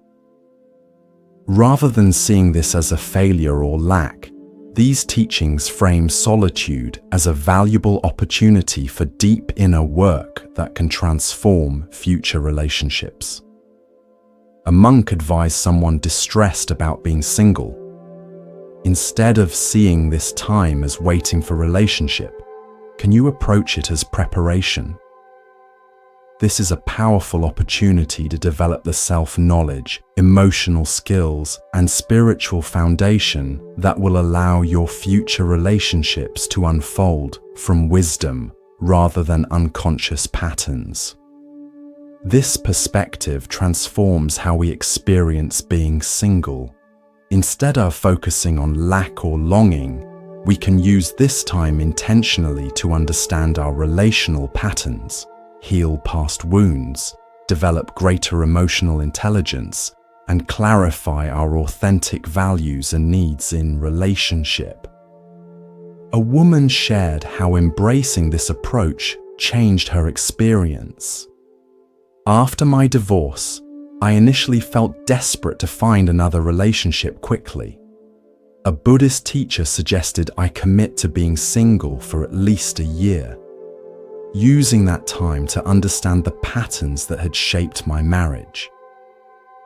This was difficult at first, but it became one of the most valuable periods of my life. I discovered relationship patterns dating back to childhood that I'd never recognized before. I developed practices for working with my own emotional triggers, rather than expecting partners to manage them for me. When I eventually began dating again, I approached relationships with much greater clarity and wisdom.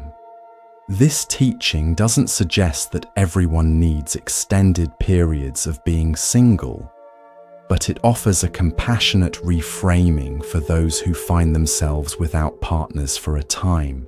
Rather than seeing this as a karmic punishment or failure, it can be embraced as a meaningful phase in your soul's journey, one that may be essential preparation for more conscious relationships in the future.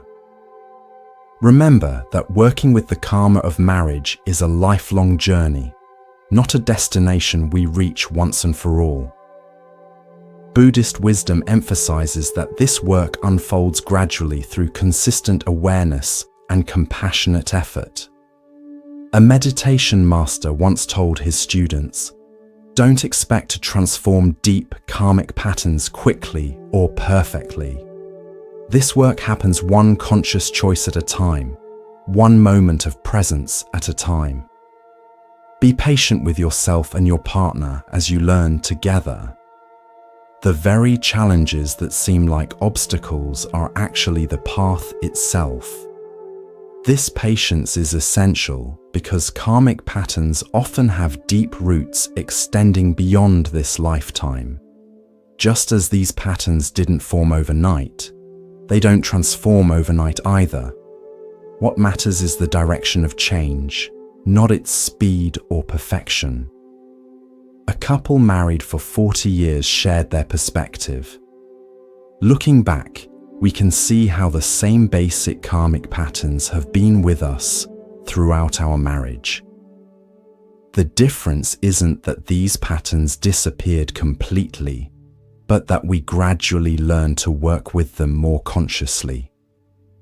The triggers that once led to days of conflict now might cause only moments of tension before we recognize what's happening. We're not perfect, but we're more aware, and that awareness has transformed our experience, even when the basic patterns still sometimes emerge. This couple's experience illustrates an important truth. Success in working with relationship karma isn't measured by the complete absence of challenges, but by our capacity to meet those challenges with increasing consciousness, compassion, and wisdom. Each time we do this, we create new karma that gradually replaces old patterns, not just in this relationship, but in our soul's journey across lifetimes. I invite you to reflect on the karmic patterns in your own relationships with compassion and curiosity. What recurring dynamics can you identify? What might these patterns be trying to teach you? How might you bring greater awareness to these patterns when they next arise? Understanding the karma of marriage isn't about assigning blame or accepting suffering, but about recognizing the profound opportunities for growth and healing that our closest relationships offer. With each moment of awareness, each conscious choice, each act of forgiveness or presence, you're not just improving your current relationship. You're creating new karma that will bear fruit both in this lifetime and beyond. Now, we'll discover how intimate relationships can serve not just as vehicles for personal healing, but as profound paths to spiritual awakening. Buddhist wisdom shows us that marriage, when approached consciously, can become one of the most powerful spiritual practices available to us. Many spiritual traditions throughout history have viewed marriage and intimate relationships as distractions from the spiritual path. They believed that to achieve enlightenment, one needed to withdraw from worldly attachments and relationships. But the deeper Buddhist understanding recognizes that intimacy offers unique opportunities for awakening that cannot be found in isolation. A Zen master once told his students, "Anyone can appear peaceful while meditating alone on a mountain. But can you maintain that same peace, compassion, and presence while engaged in intimate relationship? That is the true test and opportunity of spiritual practice." This teaching reminds us that marriage isn't opposed to spiritual development, but can actually accelerate it by constantly revealing our attachments, conditioning, and ego patterns. The very challenges that make relationships difficult are precisely what make them such potent vehicles for awakening. Let me share a story that illustrates how marriage can function as a spiritual path.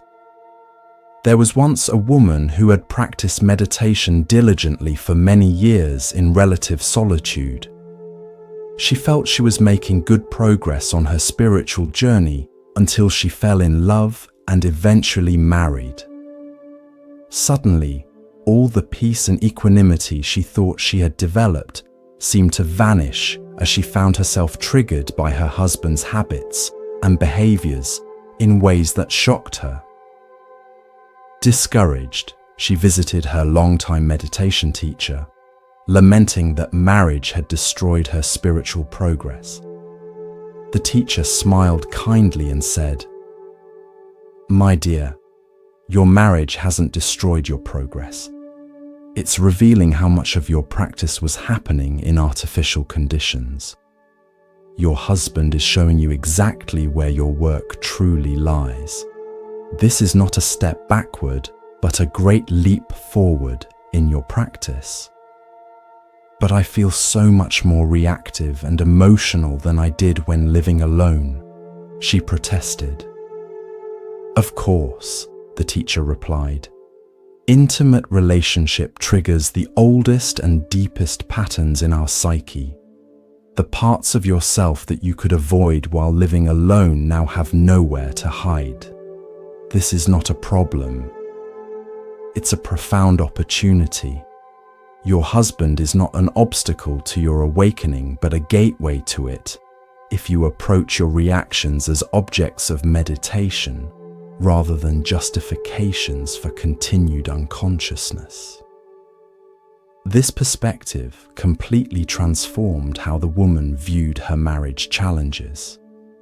Instead of seeing her emotional reactions as spiritual failures, she began recognizing them as precisely what her practice needed to address. Her marriage became her primary spiritual path, revealing with perfect precision exactly where liberation was needed. This story highlights an important Buddhist teaching about marriage and awakening. Our partners often function as perfect mirrors, reflecting back to us exactly where we remain unconscious or attached. The very qualities in our partners that trigger us most strongly are often showing us what we most need to heal or integrate within ourselves. A meditation teacher explained it this way: when you feel strongly reactive to something in your partner, ask yourself, what might this be showing me about myself? Where might I have this same quality in a form I haven't recognized? Or where might I have its opposite polarity that creates the tension between us? This mirroring happens because of the precise nature of karmic attraction. We don't randomly choose partners, but are drawn to those who will reflect our unacknowledged or unintegrated aspects. This doesn't mean our partners are identical to us. Often they carry qualities that represent our disowned parts or unhealed wounds. A husband shared his insight about this process. "I was constantly frustrated by my wife's tendency to avoid conflict. I saw myself as courageous in addressing issues directly while she seemed fearful. Through deeper reflection, I realized I actually carry significant fear of emotional vulnerability, which I was projecting onto her while presenting myself as the brave one. Her conflict avoidance was mirroring my own emotional avoidance that operated in a different form. Once I recognized this, I could work with my own fear instead of criticizing hers. This mirroring function explains why intimate relationships can accelerate spiritual growth so powerfully. They constantly bring our unconscious patterns into awareness through the precise triggers our partners activate. If we respond to these triggers with curiosity rather than reactivity, each one becomes an opportunity for profound self-understanding and integration. Buddhist teachings emphasize that awakening isn't just about transcending the ego, but also about embracing our full humanity with compassion and awareness. Marriage provides unique opportunities for both these dimensions of spiritual development. A wise teacher observed, "Marriage continuously humbles the ego with its demands for compromise, patience, and putting another's needs before our own. At the same time, it invites us to embrace our humanity fully, our vulnerability, our needs for connection, our capacity for both wounding and healing." This dual movement, beyond ego and into full humanity, creates a middle path that avoids the spiritual bypassing that can occur in isolated practice. Many people use meditation or spiritual concepts to avoid facing their human wounds and needs. Marriage makes this avoidance nearly impossible, constantly bringing us back to our embodied, emotional reality. A meditation practitioner shared his experience. "For years, I used spiritual practice to rise above my emotions and wounds. I thought transcendence was the goal. When I married, my wife would often say, 'You're spiritually bypassing again,' when I'd respond to relationship challenges with detached spiritual platitudes. At first, I was defensive, but eventually, I recognized she was right. Marriage forced me to integrate spiritual awareness with emotional honesty in ways my previous practice had avoided. This wasn't a deviation from the spiritual path, but a completion of it. This integration of transcendence and embodiment creates a more holistic awakening, one that doesn't reject any aspect of our humanity, but brings the light of awareness to all of it. Marriage becomes a vehicle for this integrated awakening by constantly calling us back to our embodied, relational nature, while also inviting us beyond our limited self-concepts.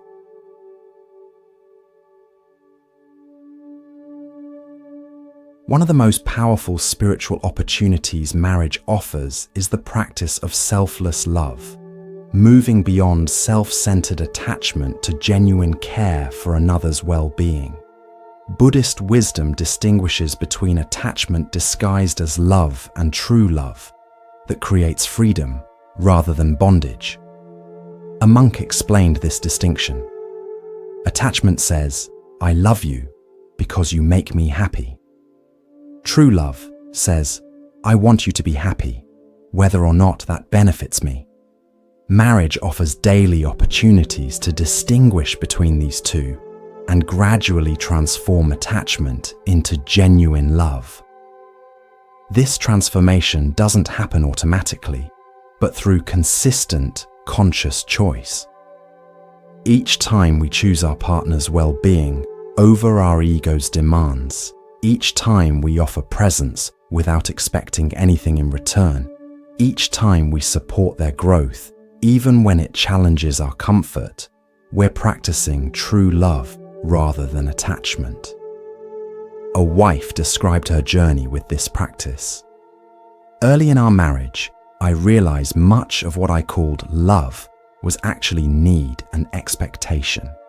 I loved my husband when he behaved in ways that made me feel secure and affirmed.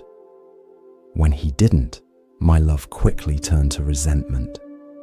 Through spiritual practice, I began noticing this pattern and deliberately choosing to act from genuine care, even when I wasn't getting what I wanted. Over time, these choices created a profound shift. My love became much less dependent on what he did or didn't do, and more an expression of my true nature. This practice doesn't mean ignoring your own needs or accepting mistreatment. Rather, it's about distinguishing between healthy needs and ego demands, between genuine self-care and self-centeredness. True selfless love includes appropriate boundaries and honest communication, but comes from a place of genuine care rather than control or expectation. Buddhist traditions teach that our relationships directly affect our consciousness and spiritual development. According to these teachings, the state of our intimate relationships isn't separate from our spiritual practice, but an integral part of it. A meditation master observed, "You cannot be peaceful in meditation while carrying active conflict in your marriage. The state of your closest relationships will inevitably affect the state of your consciousness." This is why relationship work is spiritual work. The two cannot be separated. This understanding helps us prioritize healing relationship difficulties, rather than compartmentalizing them as separate from our spiritual path. When conflict or disconnection exists in marriage, addressing it becomes an essential aspect of spiritual practice, not a distraction from it.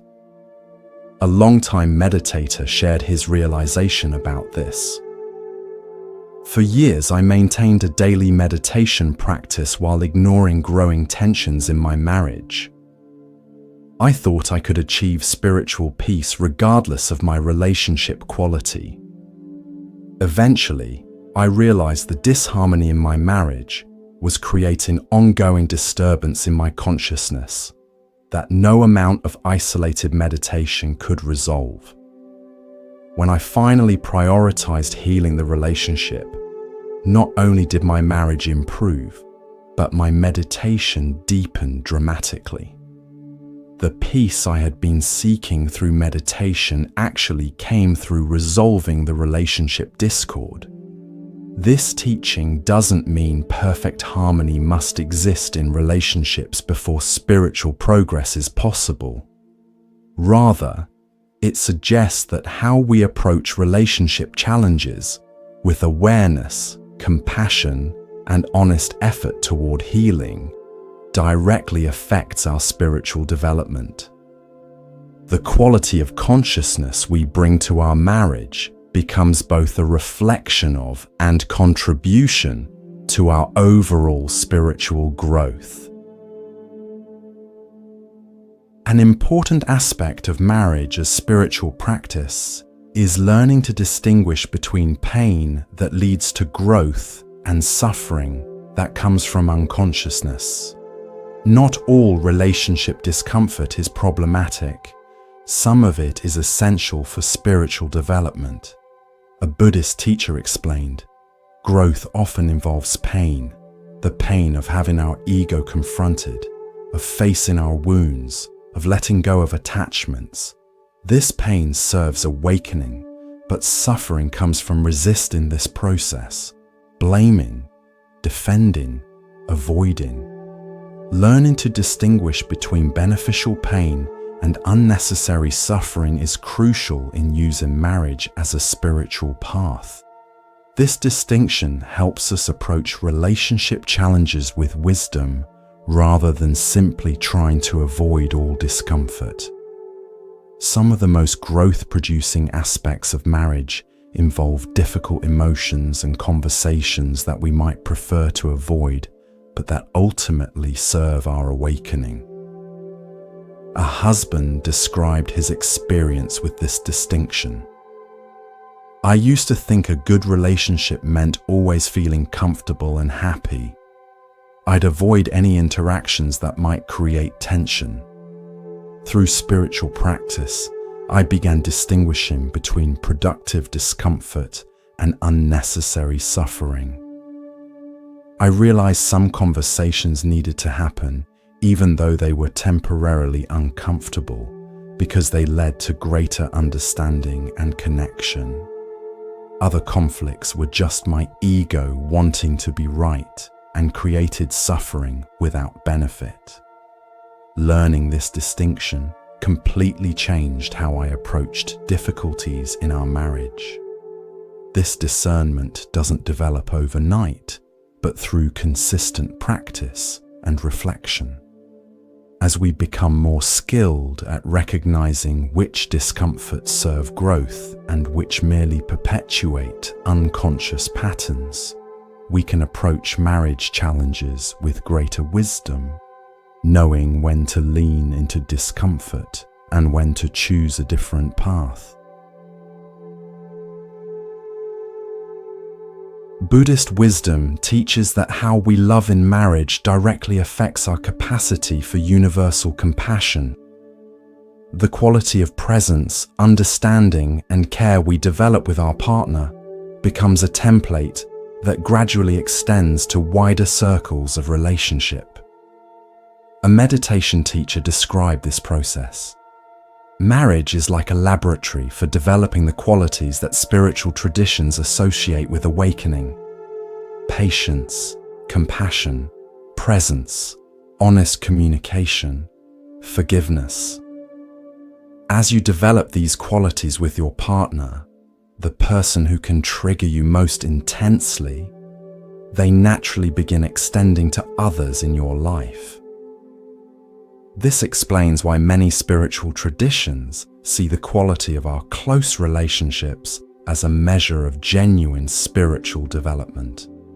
If our meditation or spiritual practices aren't positively affecting how we treat those closest to us, something essential is missing in our understanding or application.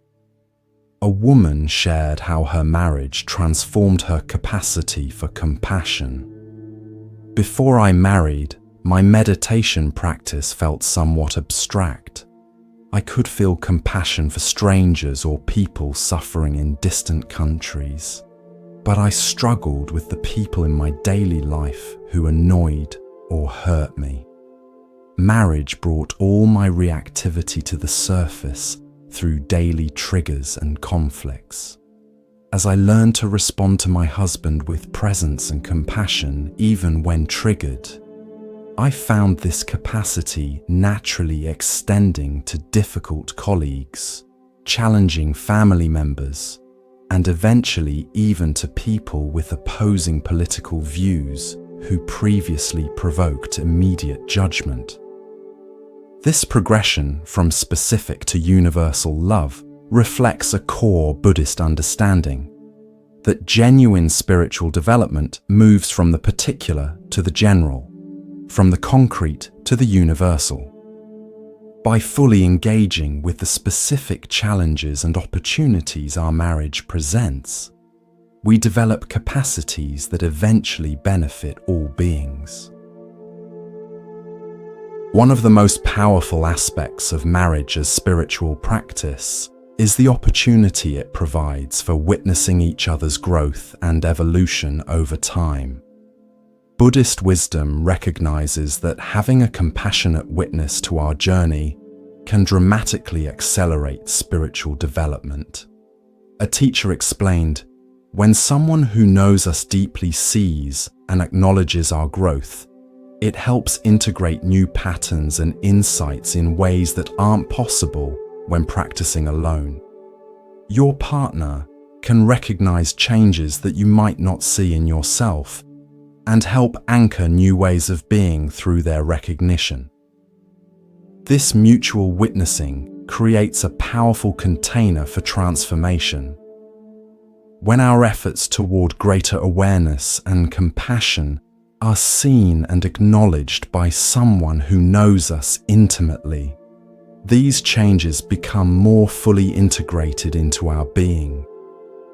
A couple who had been practicing together for decades shared their experience. "We've witnessed each other's spiritual journey for 30 years, the struggles, breakthroughs, backslides, and growth. There's something profoundly supportive about having someone who has seen your whole path and can remind you of how far you've come when you forget. We function as each other's memory and mirror, helping each other recognize patterns and celebrating genuine transformation. This witnessing has been as powerful for our growth as any formal spiritual practice. This doesn't mean our partner always approves of or agrees with our choices. Genuine witnessing includes honest reflection that might sometimes challenge us. But having someone who knows our history, understands our patterns, and can reflect both our shadows and our light with compassion provides a unique and powerful support for spiritual development. Buddhist teachings emphasize that true spiritual growth involves not just peak experiences or insights, but their integration into daily life. Marriage provides continuous opportunities for this integration through the mundane activities and challenges of shared life. A Zen teacher observed, "Anyone can feel spiritual during a meditation retreat. The real practice is bringing that same quality of presence to washing dishes, managing finances, making decisions together, and navigating conflicts." Marriage grounds spirituality in the ordinary, which is where true awakening must ultimately live. This integration of spirituality with everyday life transforms even the most mundane aspects of marriage into opportunities for practice. Every interaction, from deciding what to have for dinner to discussing major life decisions, becomes a chance to bring conscious presence to our patterns and choices. A husband shared how this understanding transformed his approach to marriage. "I used to compartmentalize. Meditation was spiritual. Daily marriage interactions were just practical life stuff. Then I realized every interaction with my wife could be approached with the same quality of presence I cultivated in meditation." Discussing household chores became an opportunity to practice deep listening. Navigating differences became a chance to notice attachments to being right. Even sitting together watching TV could be an exercise in shared presence. This completely transformed our marriage from something separate from my spiritual path to an integral part of it. This integration doesn't mean turning every interaction into a serious spiritual exercise.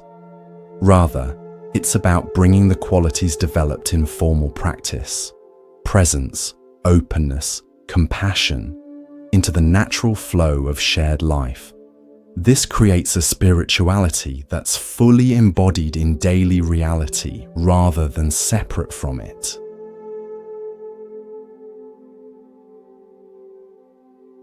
Let's explore how sexuality in marriage can become a dimension of spiritual practice rather than something separate from it. Many spiritual traditions have either rejected sexuality as an obstacle to awakening or limited it to procreation. But Buddhist tantric traditions offer a different perspective, recognizing that sexual connection can serve awakening when approached with awareness. A teacher of these traditions explained, "Physical intimacy can either strengthen unconscious patterns or become a powerful vehicle for presence, connection, and the dissolution of separate self. The difference lies not in the act itself, but in the quality of consciousness brought to it."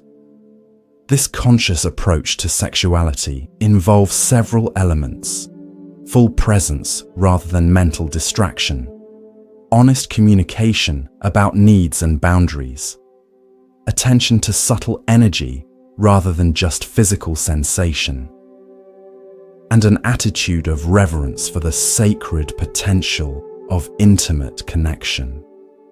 A couple who had been practicing this approach shared their experience. "Bringing mindfulness to our physical relationship completely transformed it from a source of occasional tension or routine into a genuine spiritual practice. We learned to slow down, to be fully present with sensations and emotions, to communicate openly, and to approach connection with an attitude of reverence. This hasn't made our intimate life perfect or removed all challenges, but it has made it a meaningful part of our spiritual path rather than something separate from it. This integration of sexuality with spiritual practice doesn't require elaborate techniques or special knowledge, but simply the same qualities that support awakening in other contexts: presence, honesty, compassion, and reverence for the sacred potential in human connection. When brought into the intimate sphere, these qualities transform physical connection from merely a physical or emotional experience into an opportunity for deeper spiritual connection and awareness. Buddhist wisdom recognizes that maintaining separate spiritual practices alongside shared ones creates the strongest foundation for marriage as a spiritual path. Each person needs their own direct connection to spiritual resources rather than depending solely on the relationship for spiritual nourishment. A meditation teacher advised couples, "While practicing together is valuable, each of you also needs your own individual spiritual practice, time for meditation, reflection, or whatever nurtures your connection to your deeper nature." This creates a foundation of spiritual autonomy that actually supports deeper connection. This balance of individual and shared practice helps prevent unhealthy dependency while still allowing the relationship to function as a spiritual container. When both people maintain their own spiritual foundation, they bring more resources to the relationship rather than looking to it as their sole source of meaning or fulfillment. A couple described how this balance supported their growth. "We each maintain our daily meditation practice, and we also have practices we do together, from formal meditation to conscious communication exercises to simply sharing insights from our individual journeys. Having both dimensions creates a healthy ecosystem.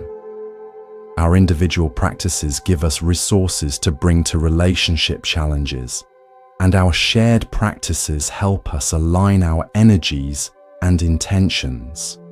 Neither would be as effective without the other." This approach recognizes that spiritual growth requires both individual development and relational integration. The individual practices develop qualities that can then be brought into relationship, while the relationship provides opportunities to test and integrate those qualities in the crucible of intimate connection. An important question arises: how do we maintain spiritual perspective during the most challenging periods of marriage? Buddhist wisdom offers specific practices for these difficult times when reactivity threatens to overwhelm awareness. A monk advised a couple in conflict. When tensions are high, the most powerful practice is often the simplest. Pause, breathe, and remember the larger context of your relationship beyond the current difficulty. Ask yourself, what matters most in the bigger picture of our life together? This brief reconnection to perspective can prevent words and actions you'll later regret. This practice of pausing to reconnect with deeper perspective doesn't resolve the specific issue at hand, but it creates space for approaching it with greater wisdom rather than being driven by reactive emotion. Even a moment of remembering the larger context of your shared journey can significantly shift the energy of a difficult interaction. A wife shared how this practice transformed conflict in her marriage. "We developed a simple signal for when either of us notices we're getting too reactive: touching the heart with the hand. This reminds us both to pause and breathe before continuing. In that pause, I try to remember what I truly value about our relationship and the person my husband is beyond whatever is triggering me in the moment. This doesn't make the issue disappear, but it helps me approach it from a place of connection rather than opposition. The difference in how our conflicts unfold with or without this practice is dramatic. This kind of practice becomes especially valuable during major life challenges that test the marriage: health crises, financial difficulties, parenting struggles, or external stresses that impact both partners. In these periods, the ability to maintain spiritual perspective while addressing practical challenges becomes not just helpful, but essential for navigating difficulties without creating additional suffering through reactivity. Buddhist teachings recognize that marriage isn't static, but evolves through distinct stages, each offering different spiritual opportunities and challenges. Understanding these stages helps couples navigate transitions with greater awareness rather than interpreting changes as problems. A longtime spiritual teacher outlined these stages. Most marriages begin with the romantic stage, where connection feels effortless and differences seem minor. This naturally shifts to a stage of disillusionment, where differences and challenges become more apparent. With conscious work, this can evolve into a stage of true partnership, based not on romantic projection, but on genuine acceptance and commitment to growth. The final stage, which not all couples reach, is using the relationship primarily as a vehicle for service and spiritual awakening. Understanding these natural stages helps couples navigate transitions without unnecessary distress. The shift from romantic projection to seeing each other more clearly isn't a sign something has gone wrong, but a necessary evolution toward a more authentic relationship. Similarly, the movement from focusing primarily on each other to also serving something larger together represents healthy maturation rather than diminished connection. A couple married for 40 years shared their experience with these stages. Looking back, we can clearly see these transitions in our journey. The early romantic years were beautiful, but built partly on illusion, each seeing what we wanted to see in the other. The years of disillusionment were painful, but necessary, as we confronted reality and learned to love actual persons rather than projections. The partnership that developed from working through those challenges became the foundation for the service we now share. Each stage involved loss of something familiar, but also opened new dimensions of connection and purpose we couldn't have imagined at the beginning. This developmental perspective helps couples take a longer view of their journey, recognizing that challenges often signal growth opportunities rather than problems. With this understanding, each transition becomes an invitation to evolve together rather than an indication that something has gone wrong. An essential aspect of marriage as spiritual practice is recognizing that the relationship exists not just for the benefit of the two people involved, but as a vehicle for serving others.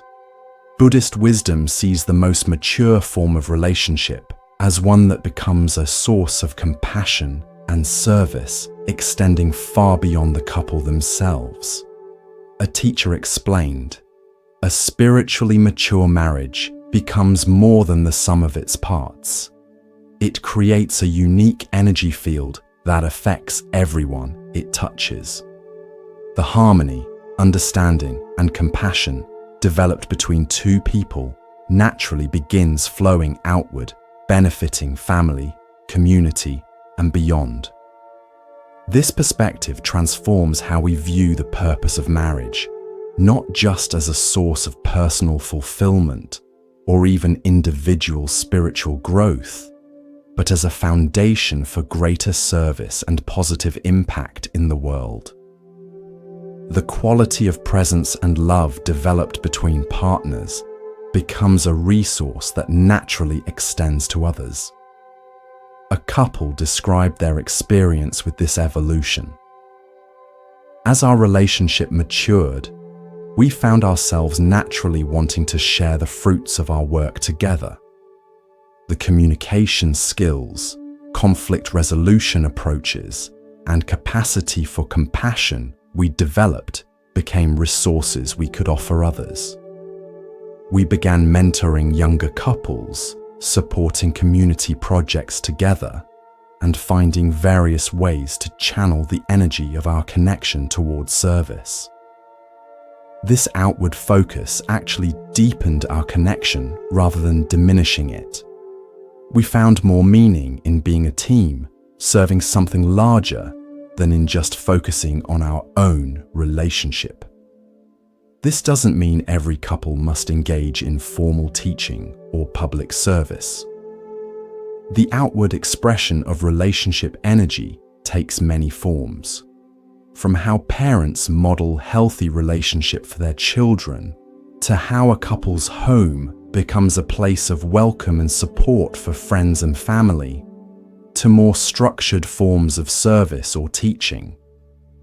What matters is the recognition that the fruits of relationship work aren't meant to be hoarded but shared in whatever ways are authentic for each couple.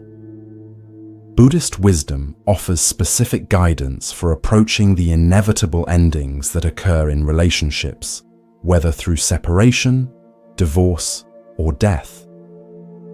These teachings emphasize that how we handle endings profoundly affects the karma we carry forward. A meditation teacher advised, even when a relationship ends in its current form, how you complete it determines whether you truly resolve the karma or carry it forward into future connections. Conscious completion involves acknowledging what the relationship gave you, taking responsibility for your role in difficulties, expressing genuine gratitude, and consciously releasing any remaining resentment or attachment. This conscious approach to endings transforms them from merely painful losses to opportunities for completion and integration. By fully acknowledging both the gifts and challenges of the relationship, we can extract the learning it offered and move forward without the weight of unresolved karma. A woman shared her experience with conscious completion after divorce. After the initial pain and anger subsided, I worked with a spiritual counselor to consciously complete the relationship. I wrote letters, which I didn't necessarily send, acknowledging what I'd received from the marriage, taking responsibility for my contributions to its difficulties, expressing forgiveness for harms experienced, and consciously releasing my ex-husband from any emotional obligations. This process transformed my experience from bitter ending to completed chapter. Though the marriage was over, I could honor what it had given me and move forward without carrying its unresolved energy into my future. This approach is equally valuable when relationships end through death. The conscious acknowledgement of what the relationship provided, expression of gratitude, completion of any unfinished emotional business, and gradual release of attachment creates the conditions for the soul connection to evolve appropriately, rather than remaining frozen in unresolved patterns. As we consider the spiritual dimensions of marriage, Buddhist wisdom reminds us that awakening ultimately transcends all specific forms. including the form of marriage itself. The highest purpose of relationship isn't to perfect the relationship, but to use it as a vehicle for recognizing our true nature beyond all conditional forms. A Zen master explained, "The ultimate purpose of marriage as spiritual practice isn't to create a perfect relationship, but to use the relationship as a mirror for recognizing what exists beyond all relationships. Your essential nature that isn't dependent on any external condition for its completeness or peace." This perspective helps us hold marriage in a balanced way, honoring its profound importance in our human journey, while also recognizing that our deepest fulfillment doesn't ultimately depend on any external relationship, however beautiful or meaningful. The relationship serves awakening precisely by helping us recognize what transcends it. A longtime practitioner shared his understanding of this paradox. "Through the depth of connection with my wife, I've actually discovered something that exists prior to and beyond our specific relationship, a capacity for love and presence that's intrinsic to my nature, not dependent on her or anyone else. Ironically, the very depth of our relationship has helped reveal what transcends it. This doesn't diminish our connection, but places it in a larger context. I now love my wife, both as my specific, irreplaceable partner and as a manifestation of the universal love that exists beyond all particular forms." This recognition doesn't devalue the specific relationship, but liberates it from impossible expectations. When we understand that no human relationship, however wonderful, can be the source of our ultimate fulfillment or security, we free our partners from the burden of providing what only awakening to our true nature can offer. This freedom actually allows the relationship to flourish in a healthier way, appreciated for exactly what it is, rather than asked to be what it cannot. Let's conclude our exploration with a practical framework for approaching marriage as a spiritual path, integrating the Buddhist wisdom we've explored throughout these teachings. This approach involves 5 interconnected elements that together create a foundation for using intimate relationship as a vehicle for awakening. First is conscious intention, regularly clarifying and recommitting to viewing your marriage primarily as an opportunity for spiritual growth, rather than just emotional fulfillment or practical convenience. This intention doesn't negate other aspects of relationship, but places them in a larger context that brings meaning to both joys and challenges. A couple shared how they maintain this intention. "Every morning, we take a moment to join hands and remember our deeper purpose together. This brief connection reminds us that beyond the day's practical activities and challenges, we're on a spiritual journey together. This simple practice helps maintain perspective when difficulties arise." Second is ongoing self-awareness, consistently observing your own patterns, triggers, and attachments as they emerge in the relationship, rather than focusing primarily on your partner's behavior or the external situation. This self-reflection transforms blame into responsibility and reactivity into conscious choice. A husband described this practice. "I've developed the habit of asking myself one question whenever I feel upset with my wife. What is this revealing about me?"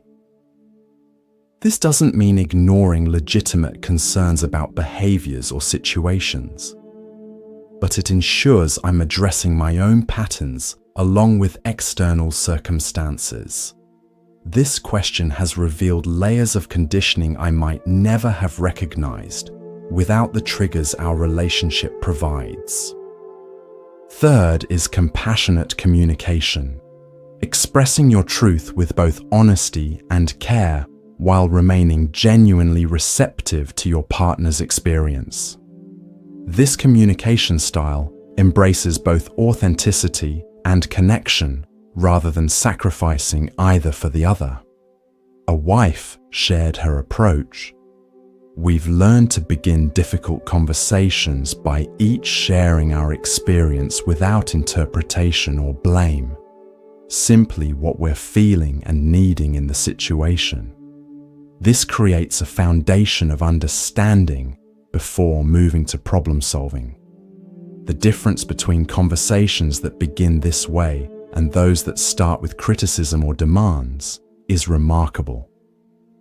Fourth is practice in daily life, bringing qualities of presence, patience, forgiveness, and compassion into ordinary interactions rather than reserving spiritual practice for formal meditation or special occasions.